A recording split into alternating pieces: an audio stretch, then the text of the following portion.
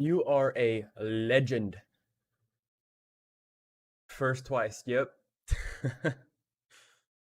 My goodness. Well, how are you doing today, Kelp? You were saying earlier that you're tired because you stayed up late. Why'd you stay up late on a work night? Hmm? Buddy? Oh wait. Wait, last night was the election, right? Or wait, was that the night before? No, that was last night. Yes, last night was the election. Oh god, now I can't remember.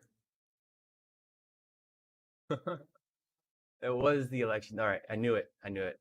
My mind's like kind of foggy right now. Well, I mean, we never really got results last night, right?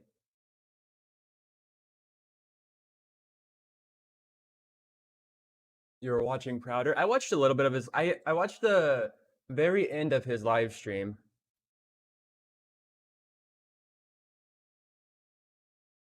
I didn't watch the whole thing. I watched a little bit of the Joe Rogan live stream. I watched a little bit of the Crowder live stream. I watched a little bit of the news stations live streams.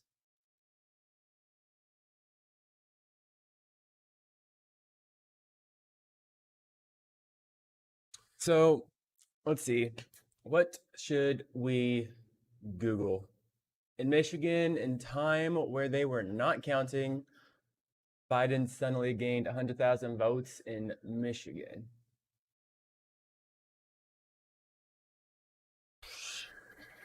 Say what? You're saying that they weren't counting in Michigan and Biden had 100,000 votes there? I haven't heard about that. No, I'm not really keeping up on it either. Cowie, hello. How's it going? It's good to see you. Welcome, welcome. Hey, Scorpion, how's it going, buddy? It's good to see you. Just spontaneously added, it seems. Well, like I'm saying, I don't know nothing about that because I'm not really paying attention to it.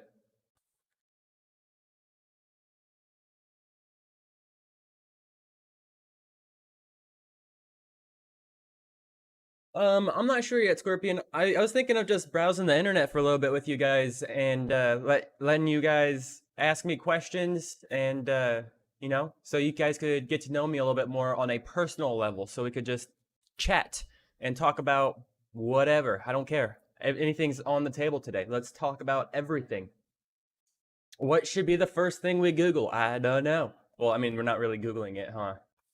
I'm not using Google right now. Hey, Jason, how's it going, buddy? What is life? That is a good question. Life is is you. Your life. I'm life. Everyone here is life. You know? We all have a different view of reality though for life, which is kind of strange. Isn't it? Isn't life strange? Like I don't know. For me, for example, I can imagine killing someone, but then every day there's people murdering people. And to them it's like, I don't know, a normal, I guess. I can't fathom or imagine what the process that someone thinks when they decide, hey, I'm gonna kill this person today. Why? I don't know why. Makes no sense to me. I'll take that answer and I'll tell my teacher who said that life is her dog and cat. Well, maybe for your teacher, her life is her dog and cat. Maybe her animals are what is what she wakes up for in the morning and is what makes her happy every day. That is entirely possible too, and I take your teacher's answer for an answer as well. What does RSI mean, Scorpion?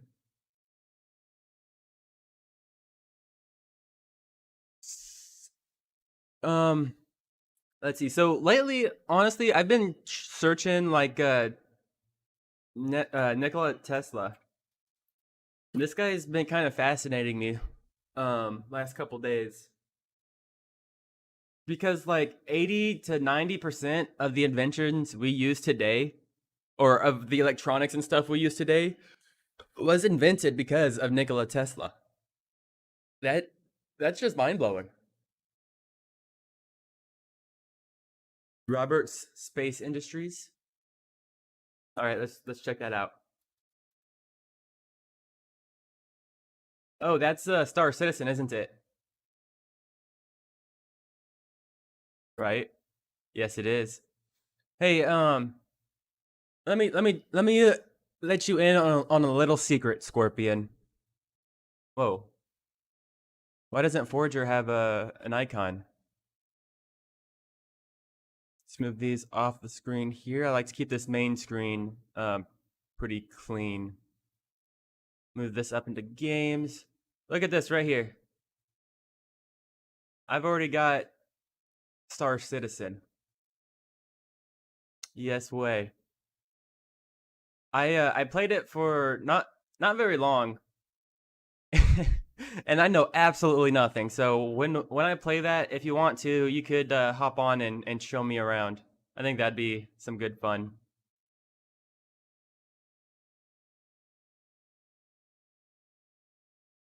So let's go back to Nikola Tesla. How do I get? I don't know how to give you a call in that game. Where did I spawn? It was like a big city that is a rich, I think, rich city. I can't remember the name or nothing like that. I spawned in a bed. How about that for an answer? So what's been interesting me is like Nikola Tesla and his inventions and just how brilliant of a dude this guy was.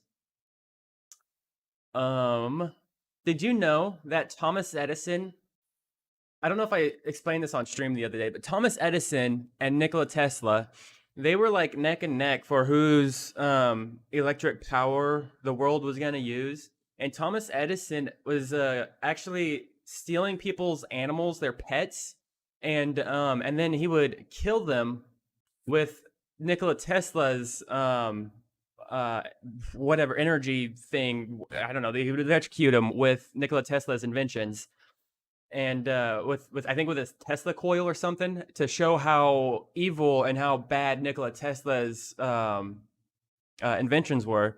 And then Nikola Tesla turns around and goes to like some kind of fair or or some kind of fair or something, and he puts himself in front of the Tesla and is like touching the electric shocks or whatever that come off the Tesla to prove that his invention is not deadly, something like that. Oh, you want to see something insane? That's Nikola Tesla last picture. This is the last known picture of Nikola Tesla. Damn, he aged way different. Like he just looks done here.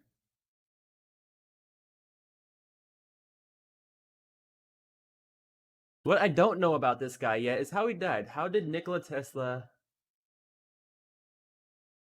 die?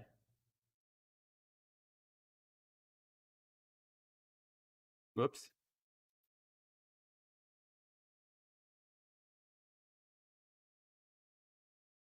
Hey Ringer, how's it going? Little Nikola Tesla talk did I walk into? I'm just just hanging out and browsing whatever. Like if you got any suggestions for me to browse, I'll do that. I don't know what game to really play right now, so I thought I'd just hang out, surf the web, and surf it with you guys. And if you guys want to ask me any questions or try to get to know me a little more on a personal level, you're free to do so here. I'll talk about anything on this stream. I don't care. Bring it on. The death of Nikola Tesla. I just started with Nikola Tesla because I've been doing a little research on this guy lately. By the way, Ringer, it is good to see you. Welcome, buddy. Welcome, welcome. Are you still playing Rust? The group work chat is being awful quiet today. I wonder if I finally got fired and they made a new one without me. Uh-oh. Are you hoping to get fired, Kelp? Play Minecraft? Nin Doris.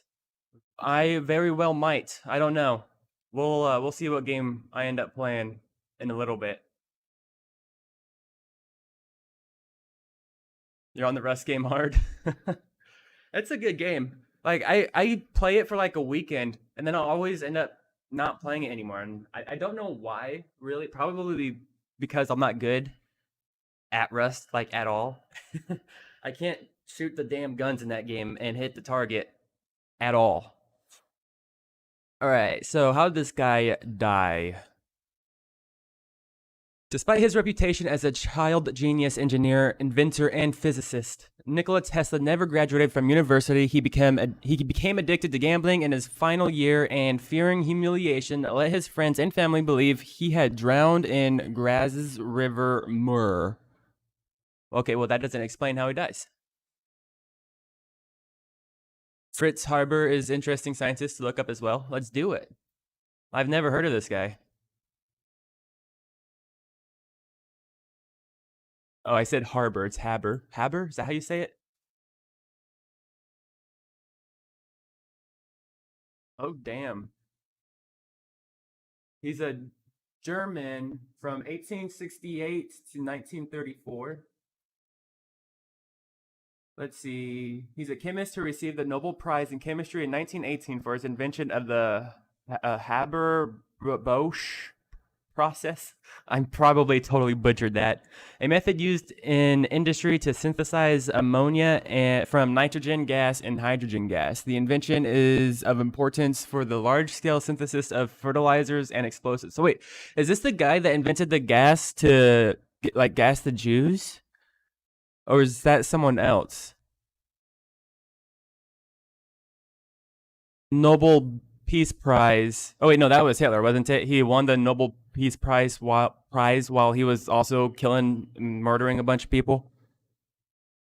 The food production for half the world's current population involves this method for processing nitrogen fertilizers. Haber, along with Max Born, proposed the Born-Haber cycle as a method for evaluating the lattice energy of an ionic solid. Haber is also considered the father of chemical warfare for his years of pioneering work developing and weaponizing chlorine and other poisonous gases during World War I, especially his actions during the Second Battle of Ypres. Damn. Okay, so it's not World War II, but World War I.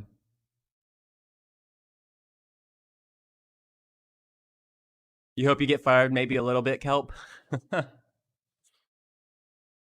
Rust is a game for when your life is going too well and you need something to make you mad, or or if you don't have enough toxicity in your life, just hop on Rust for a little bit. Speak to some people. Haber. All right, I'll try to pronounce it like that. Haber. Oh, they did use it for gassing the Jews too. That is some messed up shit. So like, if it wasn't for him, we wouldn't have mass agriculture as we know it now. So this guy's inventions was used for good and for evil, which, I mean, just like anything that's invented really could be used for good or evil depending on who gets the technology, right? Did he decide himself though to like make gas for to use in World War One? Maybe he thought it would be a good thing to gas a bunch of people. I don't know. Haber was born in Breslau, Prussia, into a well-off Jewish family. The family name Haber was a common one in the area, but Fritz Haber's family has been traced back to a great-grandfather, Pincus Silber, a wool dealer from Kempen, a wool dealer. An important Prussian indict. Fuck, I don't know words. of 13th March 1812 determined that Jews and their families, including Pincus Haber, were to be treated as local citizens and citizens of Prussia. Under such regulations, members of the Haber family were able to establish themselves in respected positions in business, politics, and law. Damn.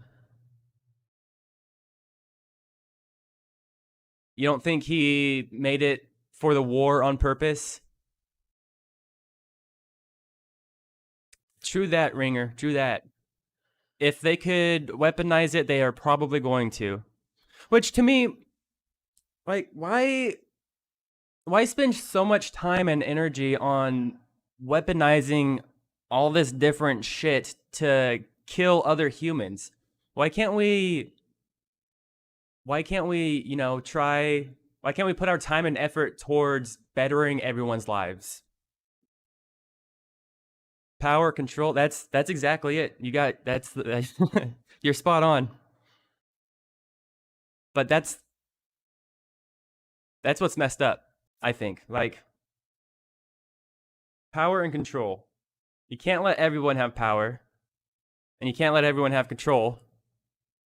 So you weaponize shit, kill people, make yourself in charge. I don't know. Buck redeemed a shout out. Sorry, I've missed the last few streams. Collab sometime soon though. I would love to, Buck, for sure. If you guys have not already, you guys should indeed go check out Buck Gaming. He is an awesome dude. We've had lots of fun with him on Among Us. Wait, where is my Twitch? Here we go.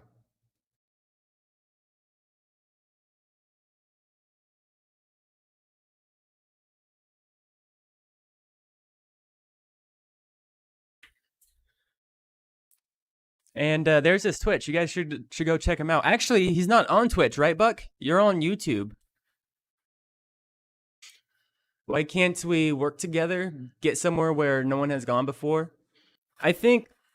Well, I think a lot of it right now is division. Like I think a lot of the focus right now is on keeping people divided because divided we don't unite and we can't find it's a lot harder to find common ground with people right now. I feel like, but that's all I want to do. I want to find common ground with everyone. Like I've got no hate towards anyone. I mean, and there's been people in my life who I probably shouldn't involve in my life, but I don't hate them. You know what I mean? And just because you don't like someone doesn't mean you need to control and power what they do. You know what I mean? Just let them be, I guess. I don't know. You want to post your YouTube link, Buck? You're more than welcome to. You redeemed a shout out. You deserve it.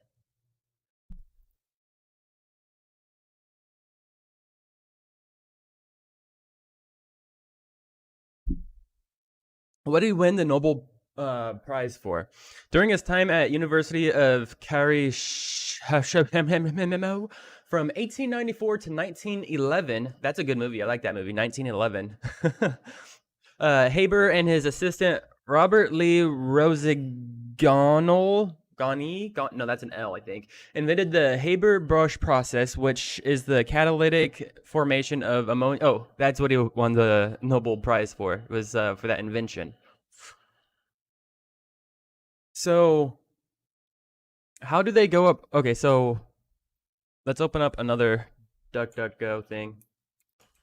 I'm trying to get myself away from using Google. Look at me, I'm using Google to search up DuckDuckGo. But I'm trying to move more away from Google because from my understanding, I mean, you could, I guess if you have like an Android or use Google yourself, Google is always listening to you if you have your Android phone. So like you say something, not even like to your phone, or you're just in conversation and you say, "Hey, I need this." Then you're gonna start seeing ads for this specific item that you need, and then you click on that ad from Google. Google gets a revenue from that ad, so they are manipulating you by listening to you constantly to make money off of you. And not only that, but I don't doubt that they data mine on you as hard as Facebook data mines on you as well. So I'm trying to move more away from Google. It is a tremendous expenditure expenditure. I have a tough time with big words of energy. To maintain that hate is something that will drain your life force. It's much easier to love, float on a breeze. I agree with that 100%. Um, it, I don't understand hate. Like, I obviously, I mean, I've got feelings. I get upset at someone or I get mad. It doesn't mean I hate this person. You know what I mean? I don't think I don't think I could use the word for hate to anyone in my life right now. Um, I don't hate anyone, and if there's something I dislike, that's fine. I could devote my time to something I do like. I don't need to focus on shit I don't like.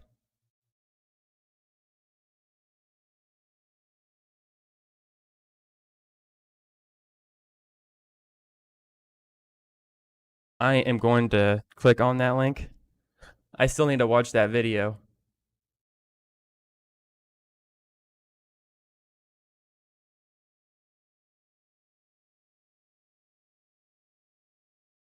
Brave is a pretty good browser. That's what you use. Brave. I think I have that on my phone. I've never really used it though. Don't you like earn some kind of revenue from using Brave? Don't shop using Amazon. I look at something on it. I got to Instagram. First ad I see is that product. Oh yeah, I don't doubt that Amazon sells your browsing data to Facebook, so that way ads for that item pops up on Facebook. It's they're all in cahoots. That's another thing. Like all these big corporations, like I don't know. I don't know where I was gonna go with that. They are they're definitely trying to siphon any and all money that they could get out of you.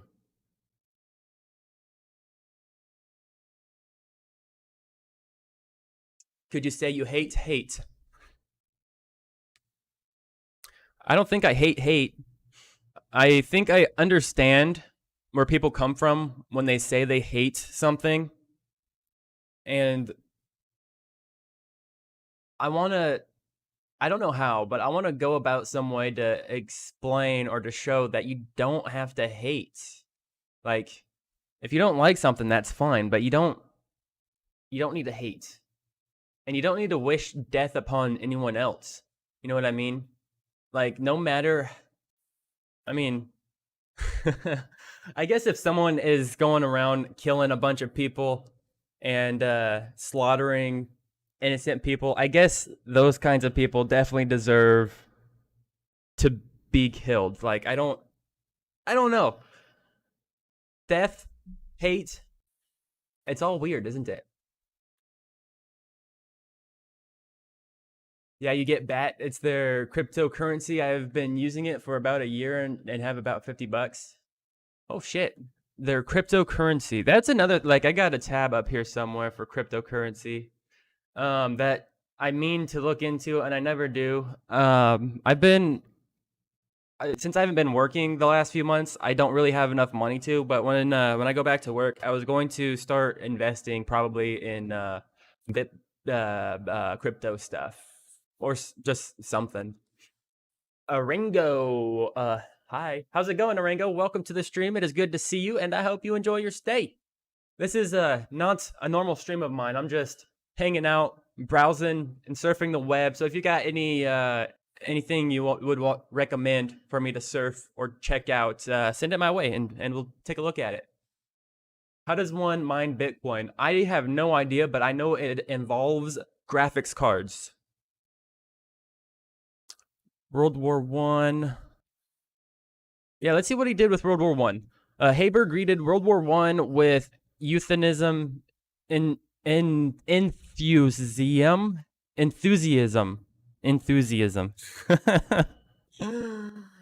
Joining 92 other German intellectuals in signing the Manifesto of the 93 in October 1914. Haber played a major role in the development of the non-ballistic use of chemical warfare in World War I, in spite of the proscription of their use in shells by the Hague Convention of 1907, to which Germany was signatory. Does that mean Germany started it? started the chemical weapon usage. He was promoted to the rank of captain and made head of the chemistry section in the Ministry of War soon after war began. So, I mean, it's not like he was, it sounds like he joined the military so he could make these chemical weapons for the military to weaponize. So I think he intently probably made these weapons. You use Brave, you're on it right now. All right. That's why I used to also use Google Chrome, but that's why I switched to Firefox from Google Chrome, was because Google or Firefox is supposed to be the better alternative to Google Chrome. So let's check out Brave. I'll download it. I've got it on my phone, but I'll try to switch over to Brave. I just got to remember all my passwords for everything. Oh shit. 33,135 trackers and ads blocked. Bandwidth saved and 27 minutes of time saved. I'm assuming from watching ads or some crap, right? Take back control with Brave. Block data grabbing ads and trackers. Yas, please. Okay, what about email? What do you guys use for your email? Because I'm still on Gmail. And I probably should switch that up.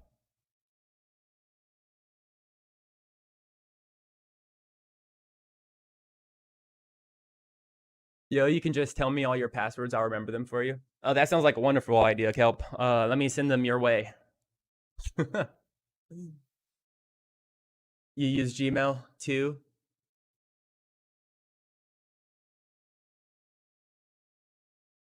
T-Mac, would the game redeem from a while back still be relevant or no? Either way, I don't care, but rather make use of it. And you use Yahoo? Okay, so here's the thing, T-Mac. I think I remember still owing you a game, but if I do any more game giveaways, I need to set a rule to where it's got to be redeemed within the first day or two, because then anyone could, say, hey, remember 6 months ago when I won a game giveaway and you never gave me the game? I mean, I'm not going to remember if I got you a game or not, and I'm not going to remember if you won a giveaway. So then anyone will be able to say, hey, you owe me a game, and then I'm going to be like, oh shit, okay, I owe you a game, and then I'm going to be buying everybody games. So I got to come up with some kind of rule or something for that. But yes, T-Mac, I remember. I think I do anyways. And send me the game that you want, and we'll get you all squared away. That goes for you too, Kelp. What game do you want? You won that giveaway from our last stream. Who uses actual email? I actually use email for a lot of stuff.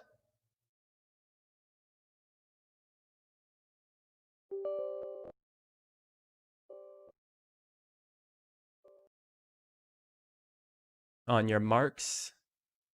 Get set, go. Okay, so yeah.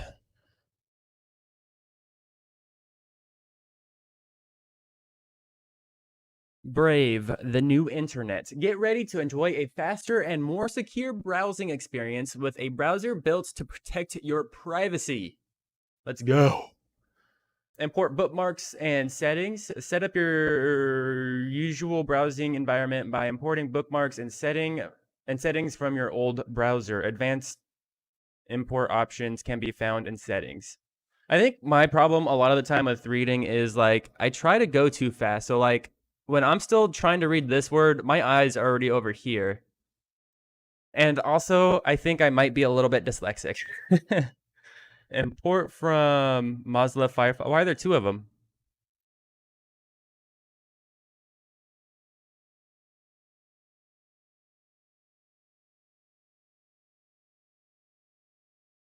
Can I get the Arc Genesis pass?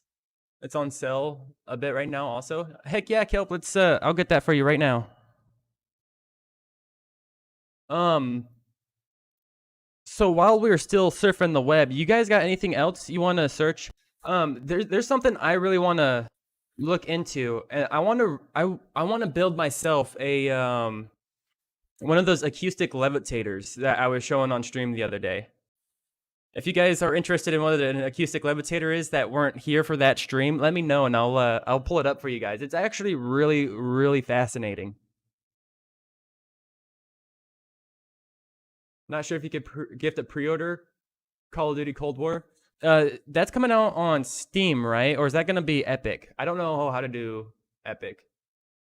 Let's see if what they say is true and not just advertisement. I doubt it. Conspiracy theories. What do you mean? What? Let's see if what they say is true. What do you mean by that? Who is they and what are they saying?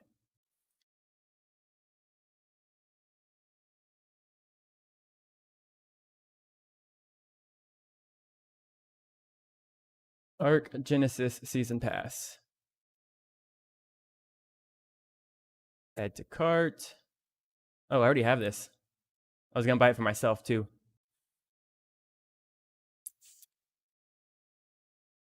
Kelpotron, where is ya?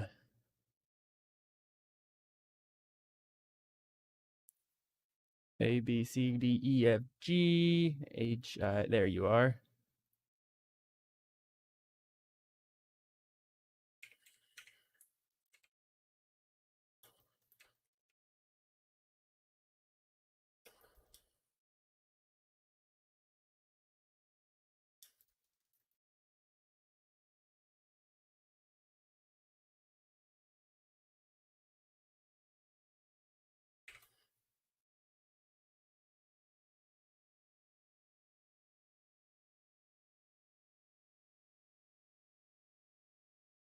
I always write a little letter to people who win giveaways.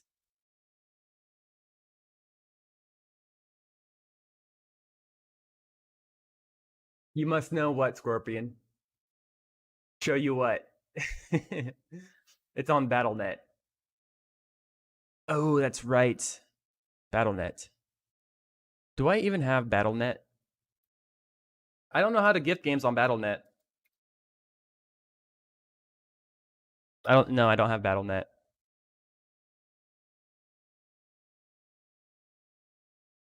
I think my BattleNet account was hacked or something. I had it before because I was playing I was playing Diablo 3.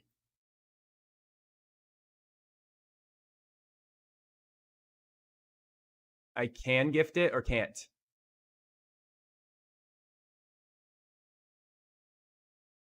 Let's see if what they say is true and not just advertisement. I doubt it. So say so like talk. Say I want to purchase something with Brave open and see if it'll listen to me, and then if advertisements will pop up on websites or something. I don't know if it'll do it on PC, but you know, I was talking about when you've got, or because if you've got an Android device like me, Google is basically default on your phone because I think Google is a developer of the not the iOS but the operating system for Androids, and so like Google has all their shit installed, and they definitely listen to you on your phone. I do not doubt that.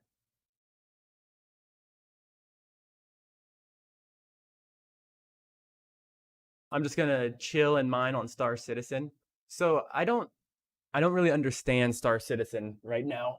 I logged in.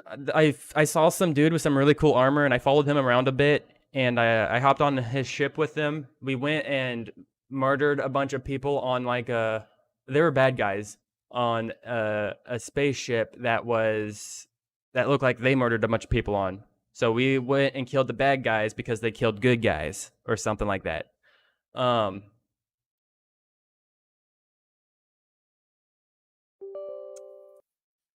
and then that's about it. He went and showed me some terminals where you could buy weapon attachments and ammo and stuff like that. And then I logged off because it was really late and I was getting tired. You are very welcome, Kelp. Thank you for being awesome.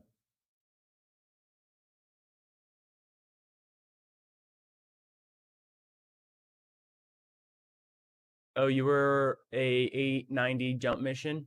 I don't know what that means.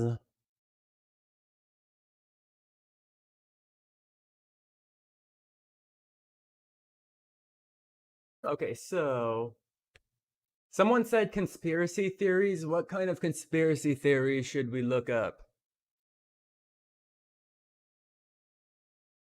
Oh, browse safe and sound. Brave Shields block the creepy stuff that tries to track you across the web, including most ads. Set shields to down if a site doesn't seem to be working. Brave uses completely private product and analytics to estimate the overall usage of certain features. You can turn this off in settings. Choose the search engine you would like to use by default. When searching the web from the address bar for a more private search experience, try DuckDuckGo. Yeah, that's what we will go with. Excuse me.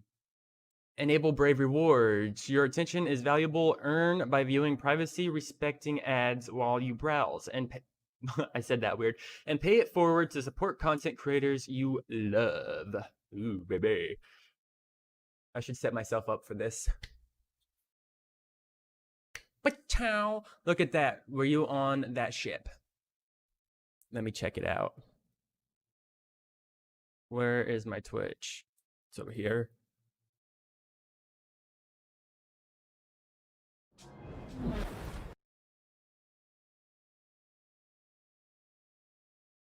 Um. Oh, wait. I think so. It was like a party ship. It had a pool in it and a bar and some pretty cool stuff. Yeah, this looks exactly like the ship I was on. Yes, you're spot on. It's like a cruise ship, but for space is what it kind of reminds me of. You sent a pic on Discord, T Mac.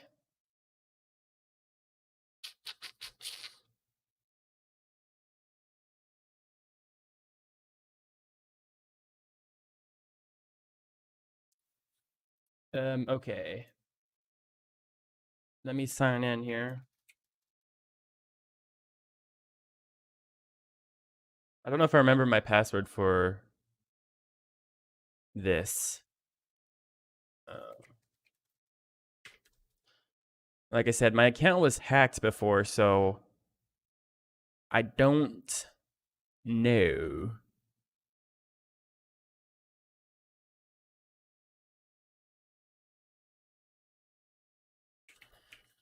Is it one of those things that require you to do a symbol? At least one symbol?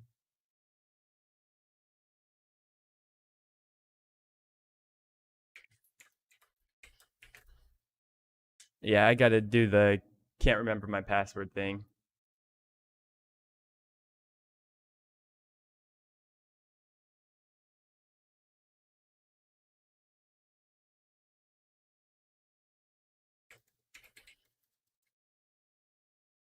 So, T Mac, you say ghosts are real. What makes you believe in ghosts?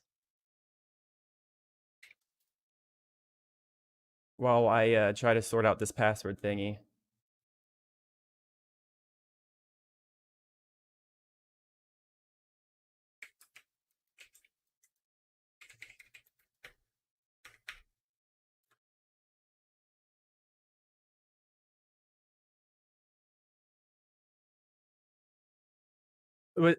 Scorpion, that video you sent me, is that like a video of what happened on that ship?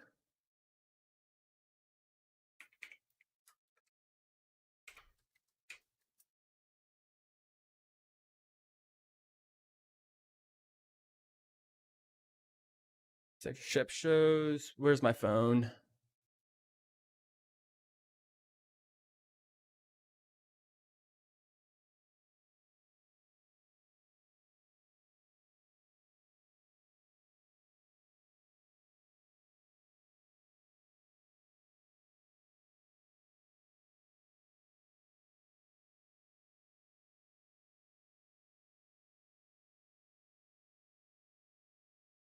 Just a sec, guys. Hello.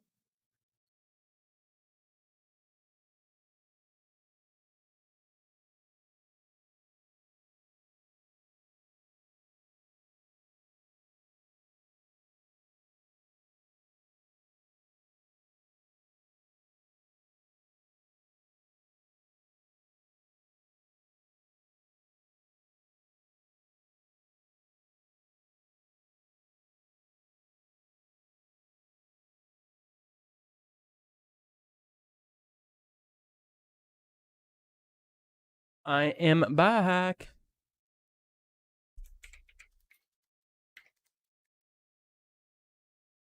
It says my password strength is epic. Well, since I'm getting BattleNet again, I might as well download Diablo 3 again. Hey, Cuppa, welcome, buddy. It's good to see you. How are you doing today? I am doing fantastic, by the way. Thank you for asking. Just hanging out with you guys and browsing the internet for a little bit and letting you guys ask anything that you would like to know. Like if there's anything you want to know about me, feel free to ask. You know, I am an open book this stream, and if you want to get to know me on a personal level, this is your chance to do it. I'm not all distracted by video games and stuff right now.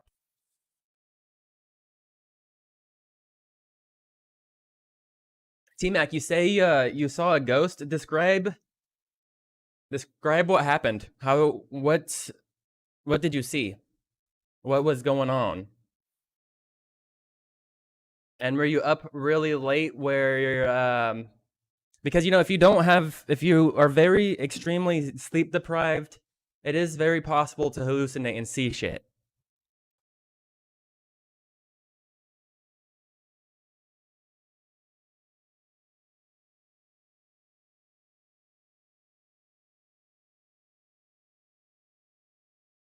Keep me logged in, motherfucker.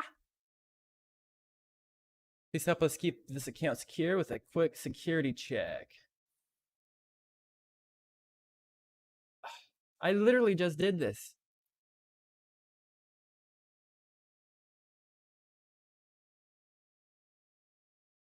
Wait, where'd that Blizzard thing go? Oh, that's not it. What was that? What? Did it close?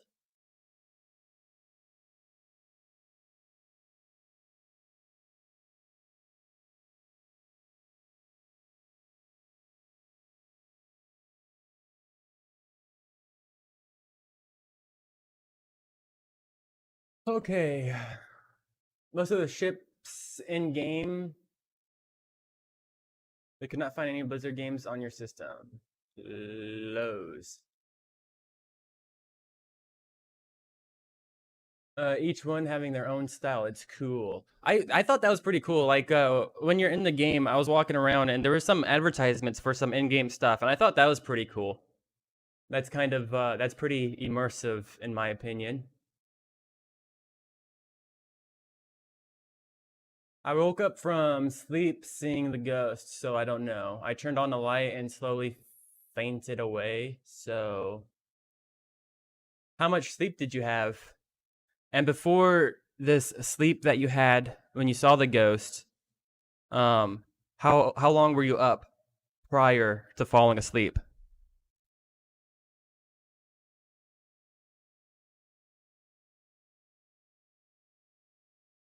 You know what? You know something that really grinds my gears.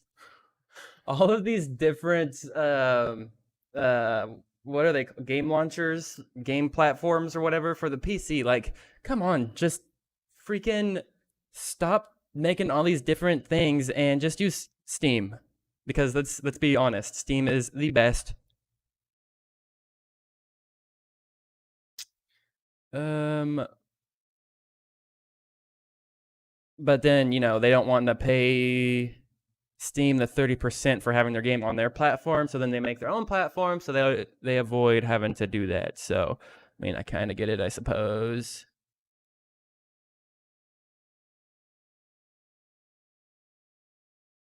Let's see. August 28th is my birth date of the year 1995. I was a 90s baby. Baby. Excuse me. How do you add friends?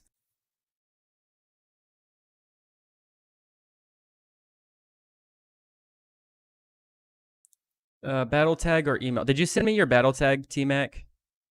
Oh, yeah, you did.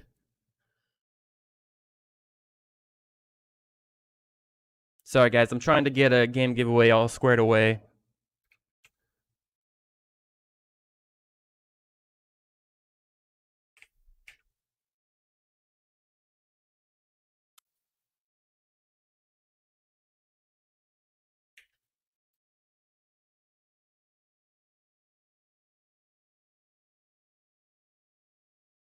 All right, I sent you a friend request.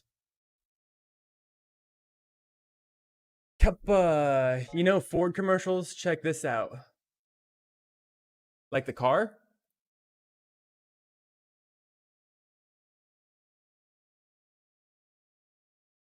Are these all different types of spaceships you could buy? I still don't know what my spaceship looks like. I think I have one, but I don't know. I've never flown in my spaceship yet. So what do you do in this game? I know you could mine. You could obviously shoot people. Is there PvP? Can you go around in space and then just blow someone's ship out of the sky and loot their stuff?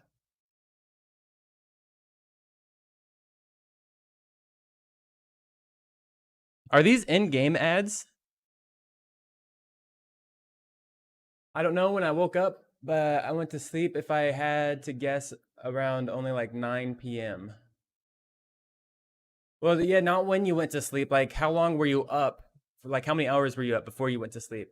But anyways, do you know the ghost you saw? Is it like someone you know who might have passed away or something? I personally have never seen a ghost, and I don't know. My sister is really into these ghost shows and stuff, but I kind of think and I feel like that they hype up their shows because I mean, no one would watch a ghost show if it wasn't interesting, right? So they kind of have to. I don't know.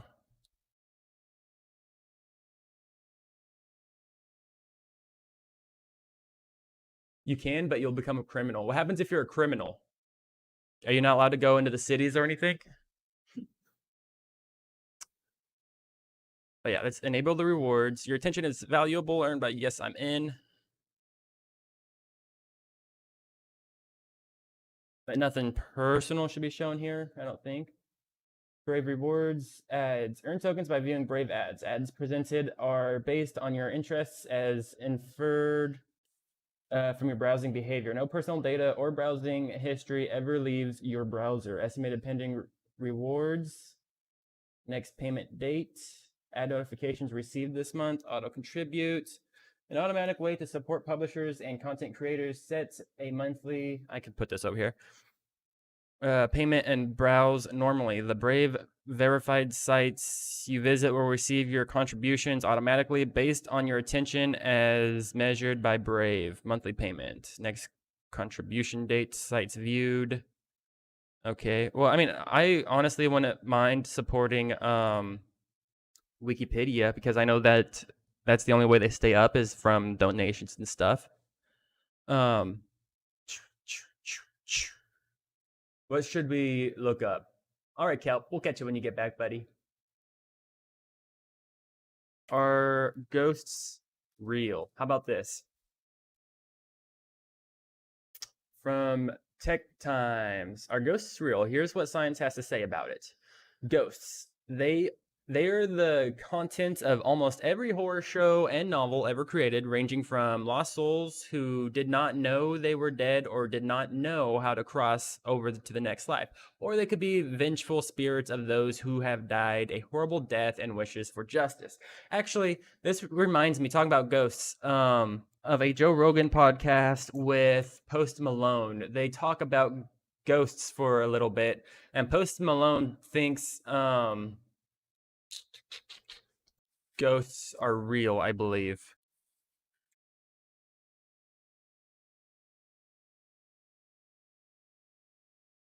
Cardboard here. I don't know if I could play this, and I wouldn't know what area it's at. Sometimes people post in the comments, yeah, like this, what they talk about. Roblox sample, weed, mushrooms, and vulnerability. Ideas, flow states, and performing. Fame in the past. Pirates and Blackbeard. Nuclear bombs, UFOs, and ghosts. Stone tape theory and haunted houses. God, aliens, and the Anunnaki. That's Will I get in trouble for playing some Joe Rogan?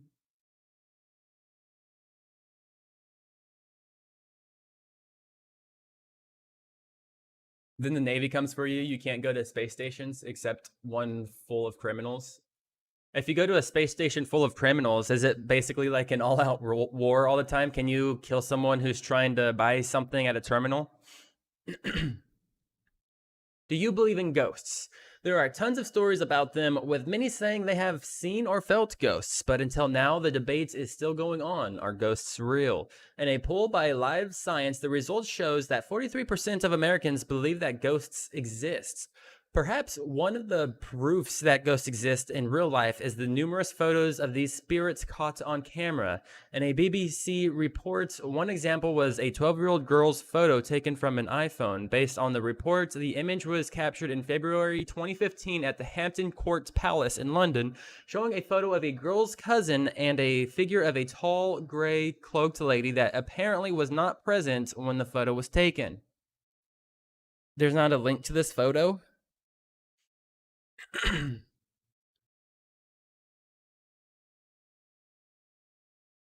It's not. It's really chill there. Plus, all locations have armistice, no guns. Okay. Oh, it's the game Star Citizen. I downloaded it and I played it for maybe about an hour the other day. It seems like there's a lot to it, and it seems like it would be fun. So I'm gonna be playing it some more for sure. And Scorpion is informing me on bits and pieces of the game. What about you, Kappa? What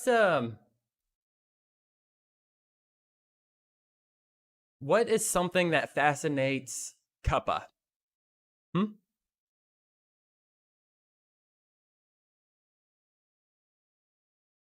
Countless images of the dead. Before the image was taken, numerous images have been taken that were seemingly capturing the unseen, even before cameras were accessible to everyone. For example, the infamous photo of Mary Todd Lincoln is apparently photobombed by the ghost of her husband, the former U.S. President Abraham Lincoln, which was taken by American amateur photographer William Mumler. Mumler became quite famous for his knack of capturing ghostly apparitions. Now, this was taken during the early days of camera technology in the 19th century. Nevertheless, you also have to remember that this was the time when photographers were experimenting with new effects, and that soon enough, they knew it could be of profit. Apparently, Mumler was using the double exposure technique, allowing him to take photos of his dead relatives of an old Abe. Among the first ones to investigate these spirits in photos was an English priest and medium named William Stanton Moses. By 1875, he had examined over 600 alleged spirit photographs.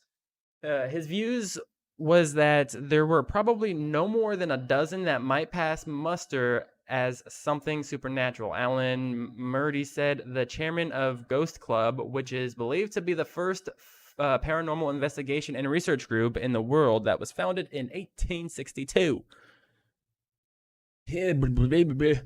I mean, I think at the end of this article, it's still going to leave us with the question, do you believe in ghosts or not? And then that will determine if, in your reality, if ghosts are real or not. Because like I said at the beginning of this stream, everyone is different and everyone goes about their lives in their own ways, and everyone's reality is different from everyone else's. Lucid dreaming. I find that quite interesting. Let's check this out. Lucid dreaming.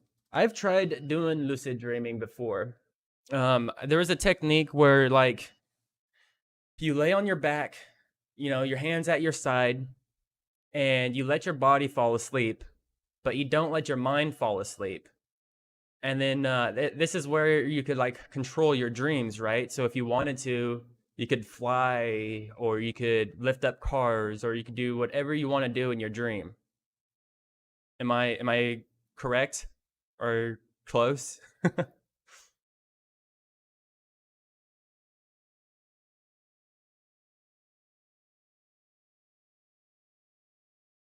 This is from WebMD. What are lucid dreams? Lucid dreams are when you know that you're dreaming while you're asleep. You're aware that the events flashing through your brain aren't really happening, but the dream feels vivid and real. You may even be able to control how the action unfolds as if you're directing a movie in your sleep. Studies suggest that about half of people may have had at least one lucid dream, but they probably don't happen often, usually only a handful of times in a year. When do lucid dreams happen? Lucid dreams are most common during rapid eye movement REM sleep, a period of very deep sleep marked by eye motion, faster breathing, and more brain activity. You usually enter REM sleep about 90 minutes after falling asleep. It lasts about 10 minutes. As you sleep, each REM period is longer than the one before, finally lasting up to an hour.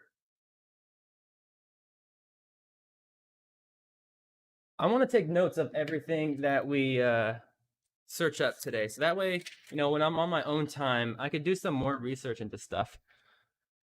Because I feel like I am very unknowledgeable right now and very ignorant on a lot of topics. And I want to expand my brain and my knowledge base of stuff. I want to be smarter.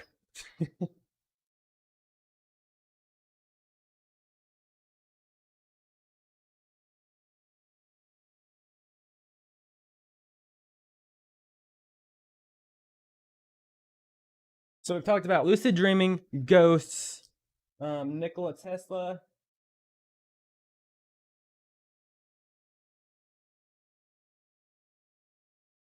What was that other scientist we were looking at? Is he still up? Yes, this guy. Fritz Haber.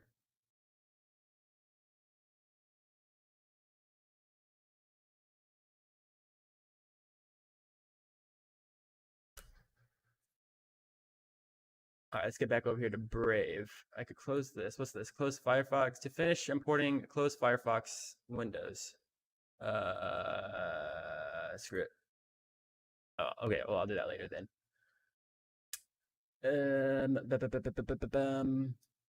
Yes. There's many things to do when aware of your dreaming. Have you lucid dreamed before, Kappa? Or anybody else in stream? I recall reading something about the great filter of life. Check this out. The great filter of life.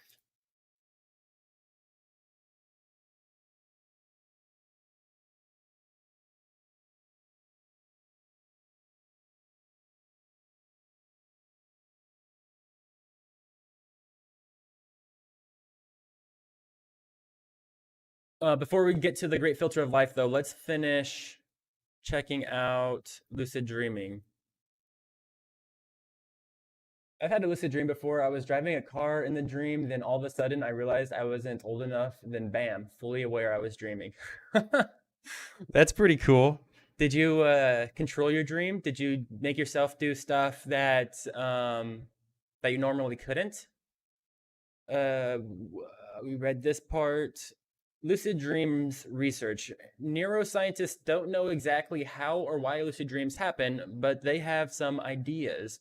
For one thing, studies have found physical differences in the brains of people who do and don't have lucid dreams. The very front part of the brain, called the prefrontal cortex, the site of high level tasks like making decisions and recalling memories, is bigger in people who have lucid dreams. That suggests that folks who are most likely to have lucid dreams tend to be self reflective types who chew over thoughts in their heads. One small study in Germany tracked brain electrical activity in volunteers as they slept. Based on these measurements, the researchers say lucid dreaming may be kind of a between state where you aren't fully awake but not quite asleep either. Some sleep scientists believe that lucid dreaming may also happen just outside of REM sleep, which many long thought was the only time when you dream. Yeah, you crashed and woke up heavy breathing. Oh, dude, I've had dreams where I've driven off a cliff and crashed a car that way, and that you wake up and that shit is scary as hell because you could have sworn that what you just went through was real. but then you wake up and it's not. So, in that kind of context, what if what if you were remembering a different life? Let's say incarnation is real. What if your experience in that dream, maybe you are driving, you drive off a cliff. What if that's how you died in an alternate reality? Hmm.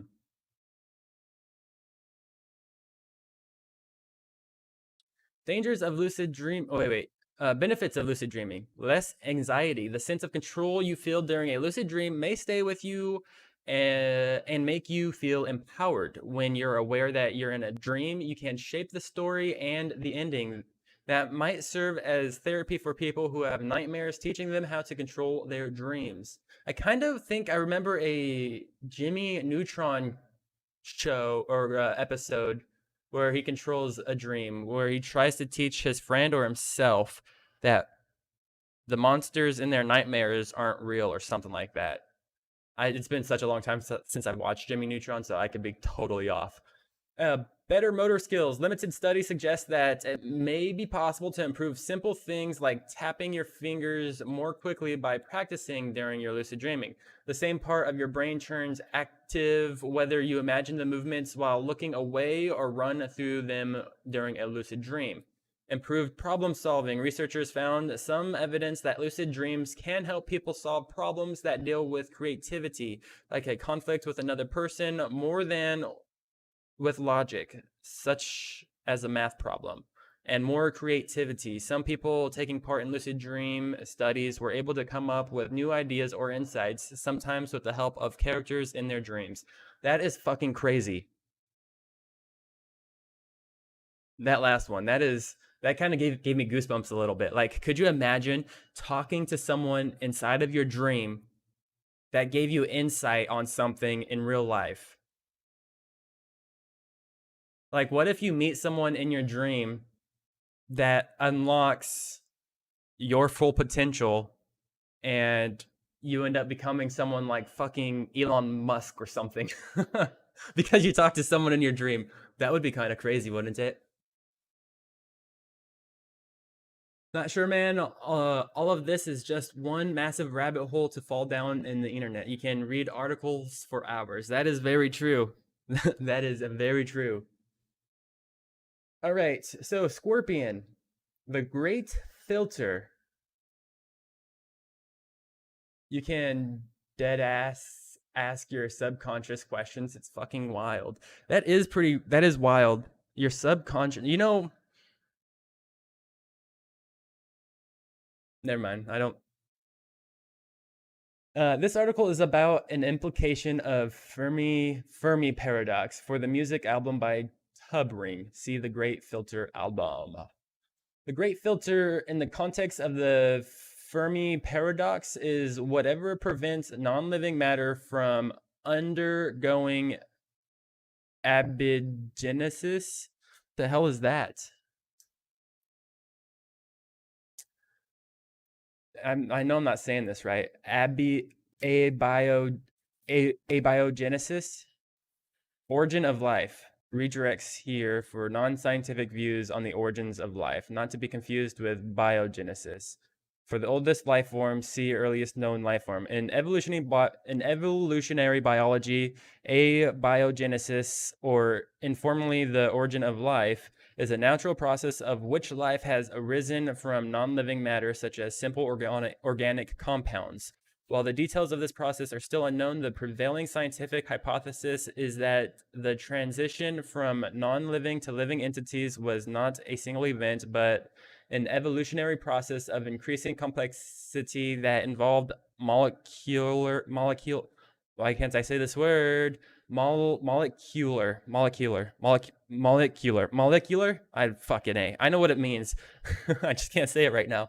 Self-replication, self-assembly, autocatalysis, and the emergence of cell membranes. Although the occurrence of abiogenesis is uncontroversial among scientists, it's possible mechanisms are poorly understood. There are several principles and hypotheses for how abiogenesis could have occurred. Sorry, I wanted to learn what abiogenesis was. So basically, the process of life.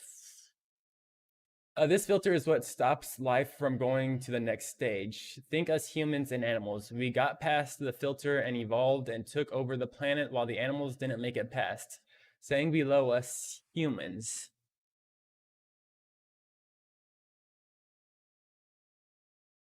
So, what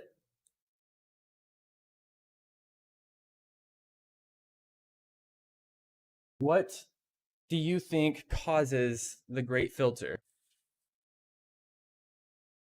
In time to expanding lasting life as measured by the Kardashev scale. The concept originates in Robin Hansen's argument that the failure to find any extraterrestrial civilizations in the observe.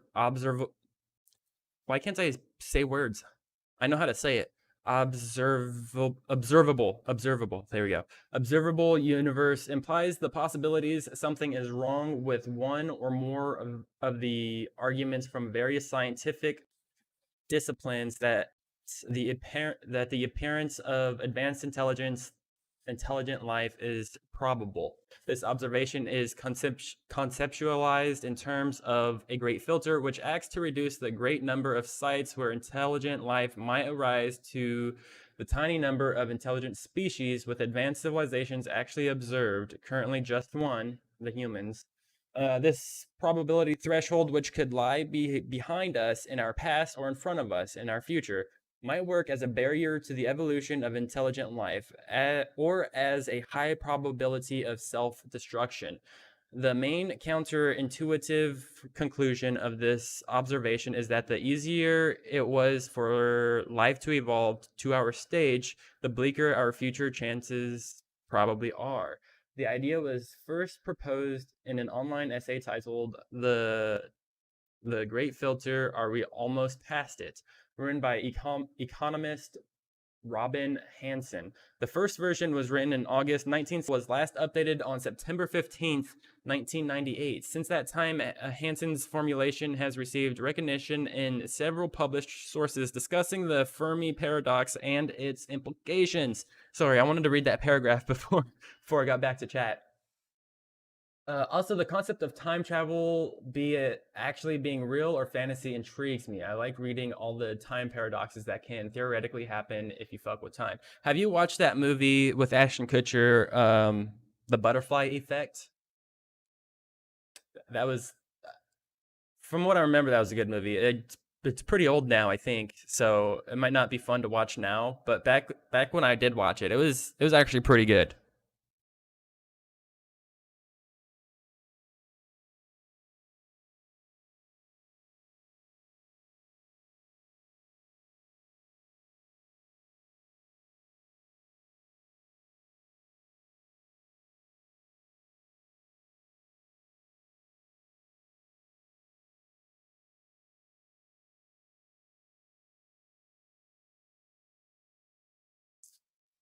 Okay, so are you still awake, Help, or did you come back already?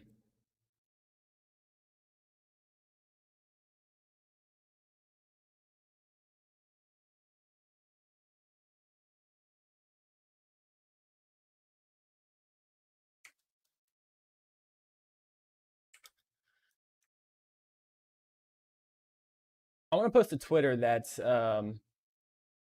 we're talking about random stuff and see if we could get some strangers in here.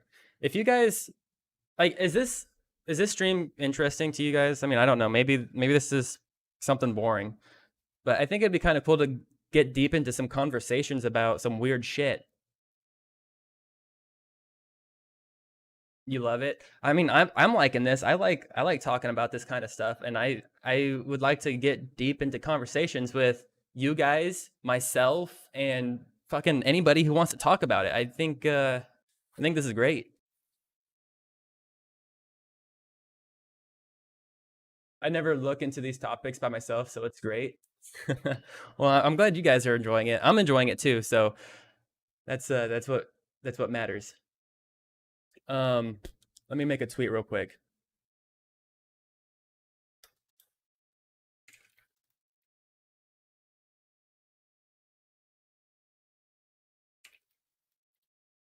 What kinds of stuffs should I tag?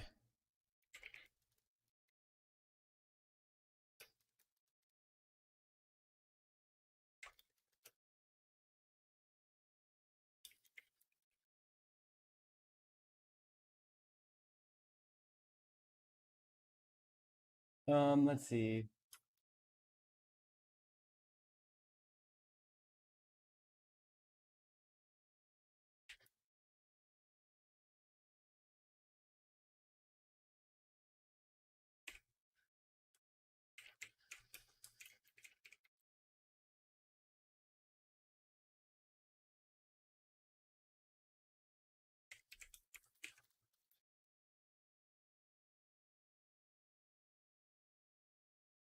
I want to get more people in on this conversation.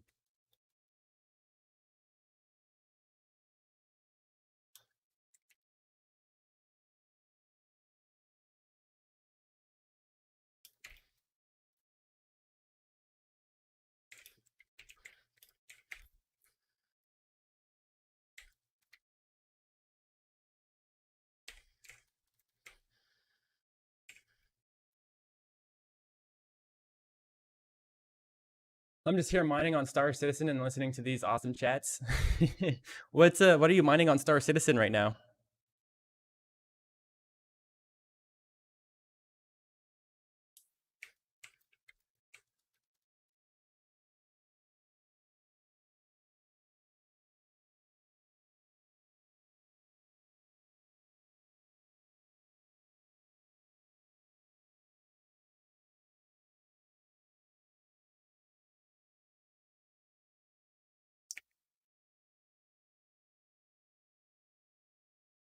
Hadnite? What? Is that like an expensive metal you could sell or something? That is definitely a good topic, and I was actually going to bring up aliens here soon.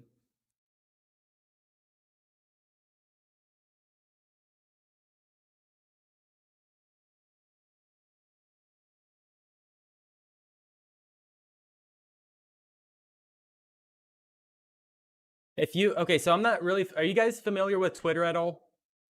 I'm not very familiar with it. The reason I'm asking is because if you do hashtags in the comments, does that also add it to the hashtag search engine so that way when people are searching random hashtags that it'll pop up there and then the post will be exposed more?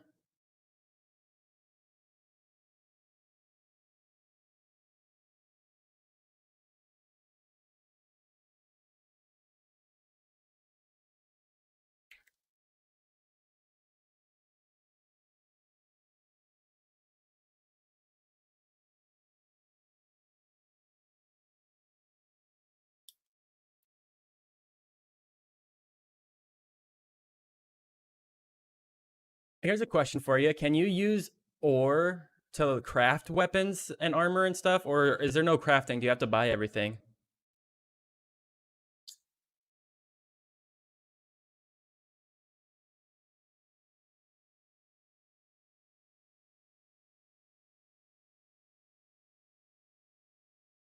Converse is a hashtag. Is that for conversations or is that like the shoe?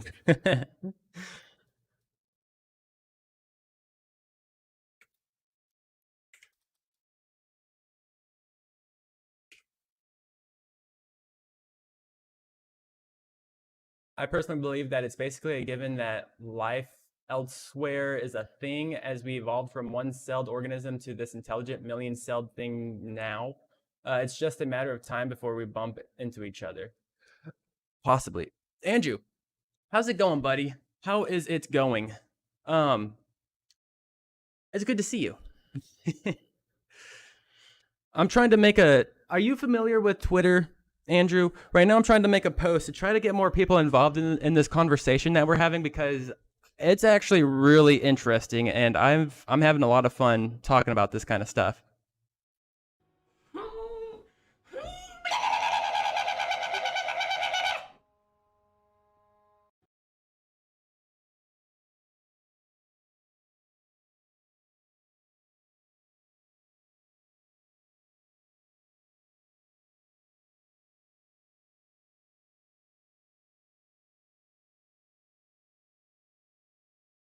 Not bad. FN Glue forever. Welcome, welcome. It's good to see you. You know, basically nothing about Twitter. Yeah, me either. Basically, I'm just wondering is if you do hashtags in the comments, if that adds it to the search filter for the hashtag. So if people are browsing, you know, whatever hashtags, if the comment has the hashtag, if that'll also post it to the like add the post to the search. I don't freaking know how Twitter works, man. I don't know. I just want to get more people in on this conversation because it is awesome. Okay, so we were on the great filter, which is Scorpion was saying basically it's the like some sort of filter of evolution. So like for example, we got past a filter, so that's how we were able to evolve into humans as we are today and be able to take over the world essentially, and things like deer and other animals, you know, can't, or you know, they stay in their instinctive environment, I guess. I don't know, how would you explain that? Deers, I wish we could know what animals think. Like even dogs, you know, I wish dogs could speak to us or we could speak to dogs. Uh Twitter is a social media. Yes, I do. And yes, I do remember you, Glue. So Glue, this stream is not like a normal stream. We are going on some wild topics and just talking and trying to learn some new stuff. And I mean, we could talk about whatever. So if you've got an interesting topic you'd like to talk about, let me know. I'll write it down to my notes here because I'm writing down every single topic we go over because I when I'm in my own time, I would also like to go through and do some more research on this kind of stuff. Well, you have yourself a point, Andrew. We can speak to dogs, and they, in a way, kind of speak back to us, but not verbally. But like, for example, our little Chihuahua. Um, we were gonna take him out for a walk. So our other two dogs were in the backyard, and my fiance, she came inside second, got leashes out of the closet and set them down, and our Chihuahua saw that. And I was doing the dishes, so I was preoccupied, right? So my after my fiance puts the leashes on the couch, she walks back outside to keep on playing with the dogs. And our little Chihuahua Oliver, he loves going on walks. All right, so he he goes to the door and starts whining to be let outside. So I let him outside, and then he turns around and starts wanting to be let inside. And my fiance was like, "What the hell, man? You were literally just let out." And so she lets him in, and he runs over to the leashes and looks at her and starts running around in a circle, like, "Come on, let's go." So that's what I mean by like dogs have their own way of communicating too. It may not be verbally, but they can talk in a way. They could get their point across, definitely, which is really interesting. Like that really like caught my attention because like he's a small dog, you know, so he's got like a small brain. So the fact that he could do that and like know what he wants and is doing, I thought that was like really really cool. Dave Johnson, it is good to see you, buddy. Long time no see. Oh my goodness, it is good to see you. For realsies, for realsies. Thought topic: if our legs bent the other way, what would chairs look like? That is a good thought topic. Let's get back to that in a sec. I want to welcome Michael Tigu. Welcome, Michael. It is good to see you. Michael, this is not a typical stream I do. We are just in conversations right now, and these conversations are a lot of fun. So if you are interested in, you know, any conversation, stick around, my friend. We are having a good time. At least I'm having a really good time. Okay, so if our legs bent the other way, what would chairs look like?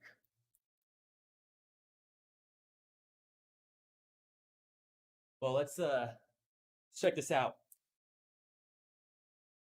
Our legs. Okay, so what I think they would look like. How the hell would we sit? I think there would be like some sort of a hole. My chair is dirty.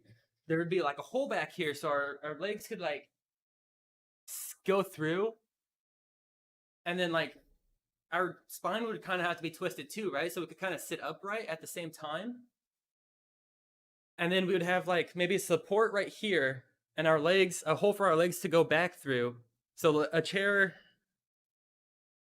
would be quite interesting looking, to be honest.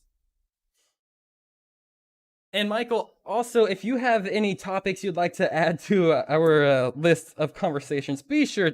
I got some toothpaste on my shorts. Be sure to you like add to the conversation, man. You are more than welcome to add to the conversation. If there's a topic that intrigues you or interests you, throw it out on the table, man. Let's look into it. Let's get deep in these conversations. FN Glue, let's talk about how when you have sex, girls moan. Let's not. I mean, like, everyone has either experienced or will experience sex. So, I mean, sex is great, but I mean, it's not really a topic that's going to be fun to talk about here. So, let's move on from that. How did the vacuum cleaner die? It got unplugged. All right, let's go back to the great filter, the Fermi paradox. There is no reliable evidence aliens have visited Earth, and we have observed no intelligent extraterrestrial life with current technology, nor has SETI found any transmissions from other civilizations. The universe, apart from the Earth, seems dead, Hansen states. Our planet and solar system, however, don't look substantially colonized by advanced competitive life forms or life form or from the stars, and neither does anything else we see. To the contrary, we have had great success at explaining the behavior of our planet and solar system, nearby stars, our galaxies, and even other galaxies via simple, dead physical processes rather than the complex, purposeful processes of advanced life. Life is expected to expand to fill all of available niches. With technology such as self-replicating spacecraft, these niches, am I saying that correctly?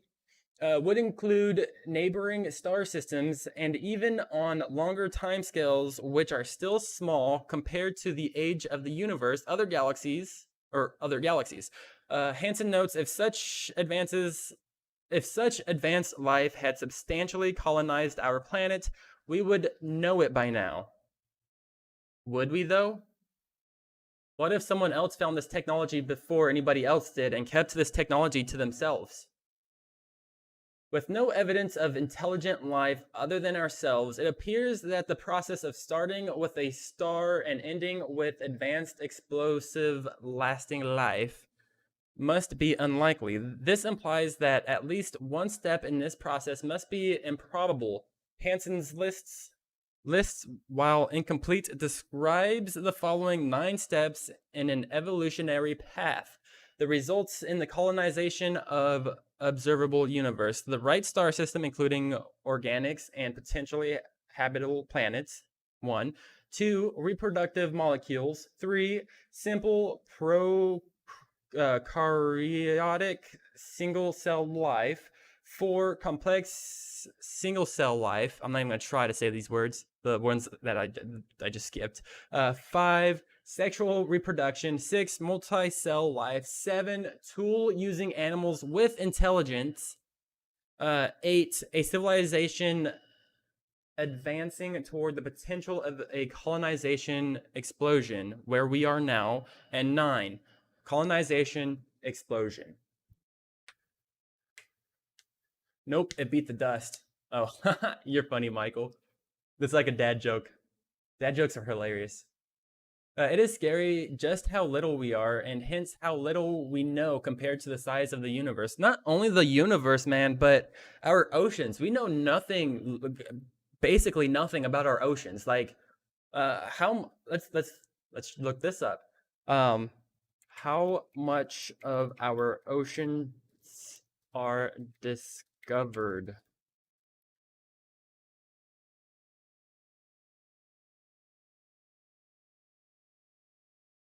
Or have been explored? Same thing. Much remains to be learned from exploring the mysteries of the deep, from mapping and describing the physical, biological, geological, chemical, and archaeological aspects of the ocean to understanding ocean dynamics, developing new technologies, and unlocking other secrets of the ocean. NOAA is working to increase our understanding of the ocean realm. Come on. The ocean is the lifeblood of Earth, covering more than 70% of the planet's surface, driving weather, regulating temperature, and ultimately supporting all living organisms. Throughout history, the ocean has been a vital source of sustenance, transport, commerce, growth, and inspiration. Yet, for all of our reliance on the ocean, more than 80% of this vast underwater realm remains unmapped, unobserved, and unexplored. More than 80% of our oceans are unexplored. That is crazy. There is a lot to be discovered in our oceans. That is for damn sure.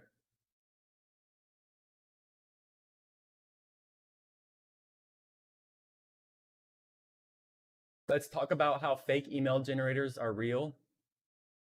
What do you mean by that? We know they are wet. Yes, we do.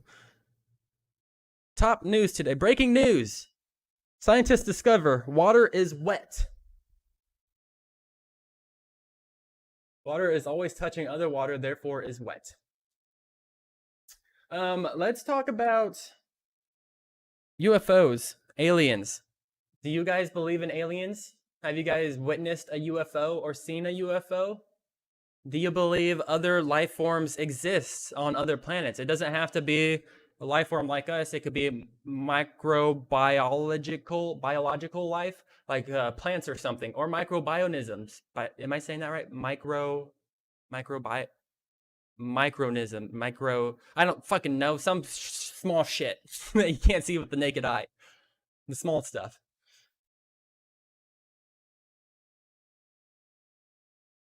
Scorpion, I believe in aliens 100%. Microorganism. Thank you, Kappa. That's the word I was trying to say.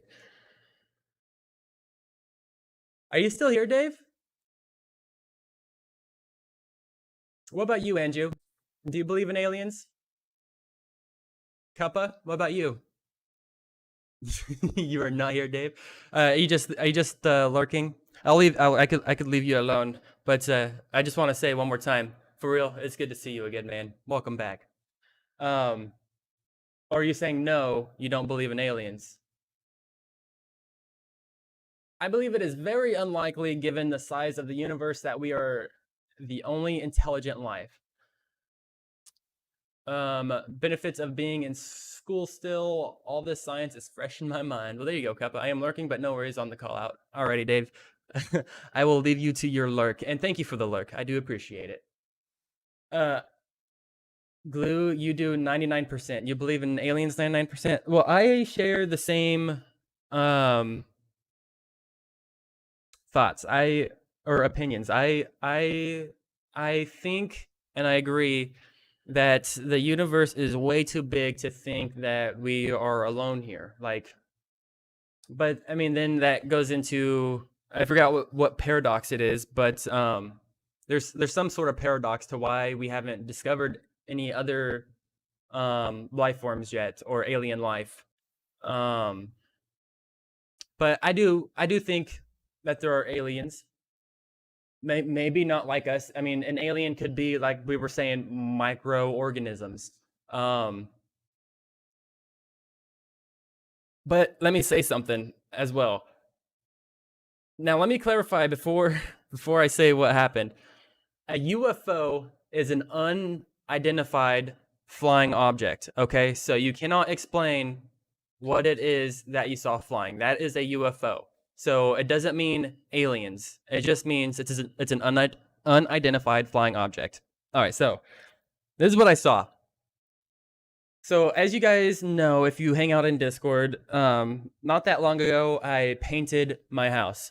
And as I was painting the trim of my house, um, the trim is up there. I'm on a ladder, so I'm kind of looking up anyways while I'm painting.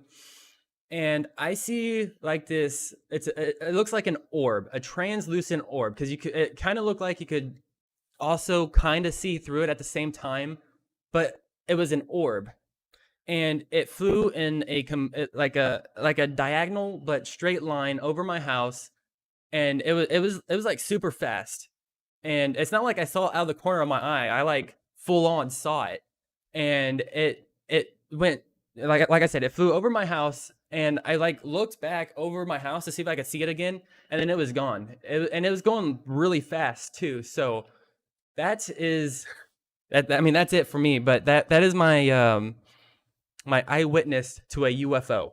Not saying it's aliens, but I saw something flying that I can't explain.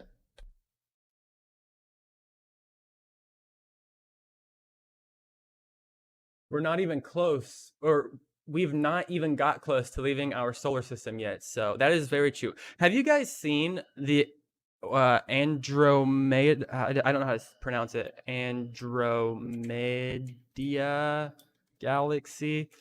I hope this will correct the word for me. I know I didn't spell it right.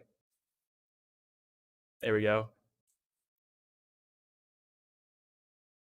This universe is massive. What are those things called? Gigapixel?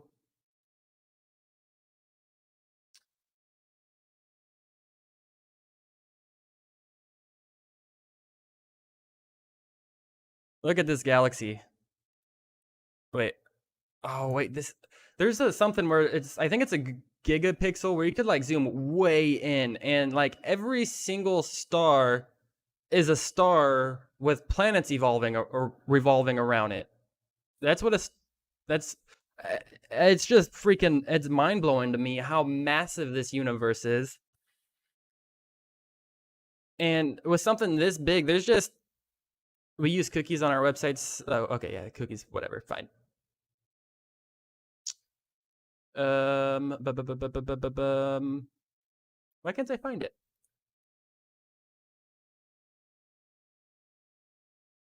Sounds like a weather. Did you know that the first alien life form was found in Egypt? Sounds like a weather balloon. I don't think that was a weather balloon. That takes me back to Rockwell. The first alien life form was found in Egypt. What makes you say that, Glue? I want to find this gigapixel I'm talking about. 1.5 gigapixel photo of the Andromeda galaxy. Keep in mind, can we check this out? This is the largest photograph ever. Oh, come on. So you'll have to visit this interactive zoomable photo browser. This is what I'm looking for, I believe. Yes, this. So this is a gigapixel of the Andromeda. I don't know how to pronounce it. Galaxy. This is massive. All right. So you see all these speckles. These are all different stars. Let's let this load. I think. Wait, is it still loading? I think it's still loading. Look at all of these different stars, and all of these stars have planets. Like, I mean, it looks like fucking static. There's so many. How can there not be other life in this? Look at this. This is insane. Right?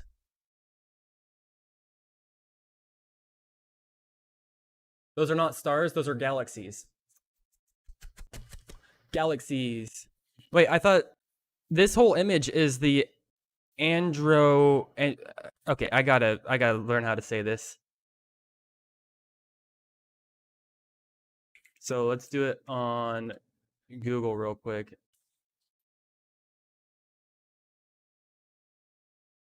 Andromeda. Oh no, this photo right here is a gigapixel image of the Andromeda Galaxy. I still don't know if I'm saying that right. Um, which is a photo NASA released.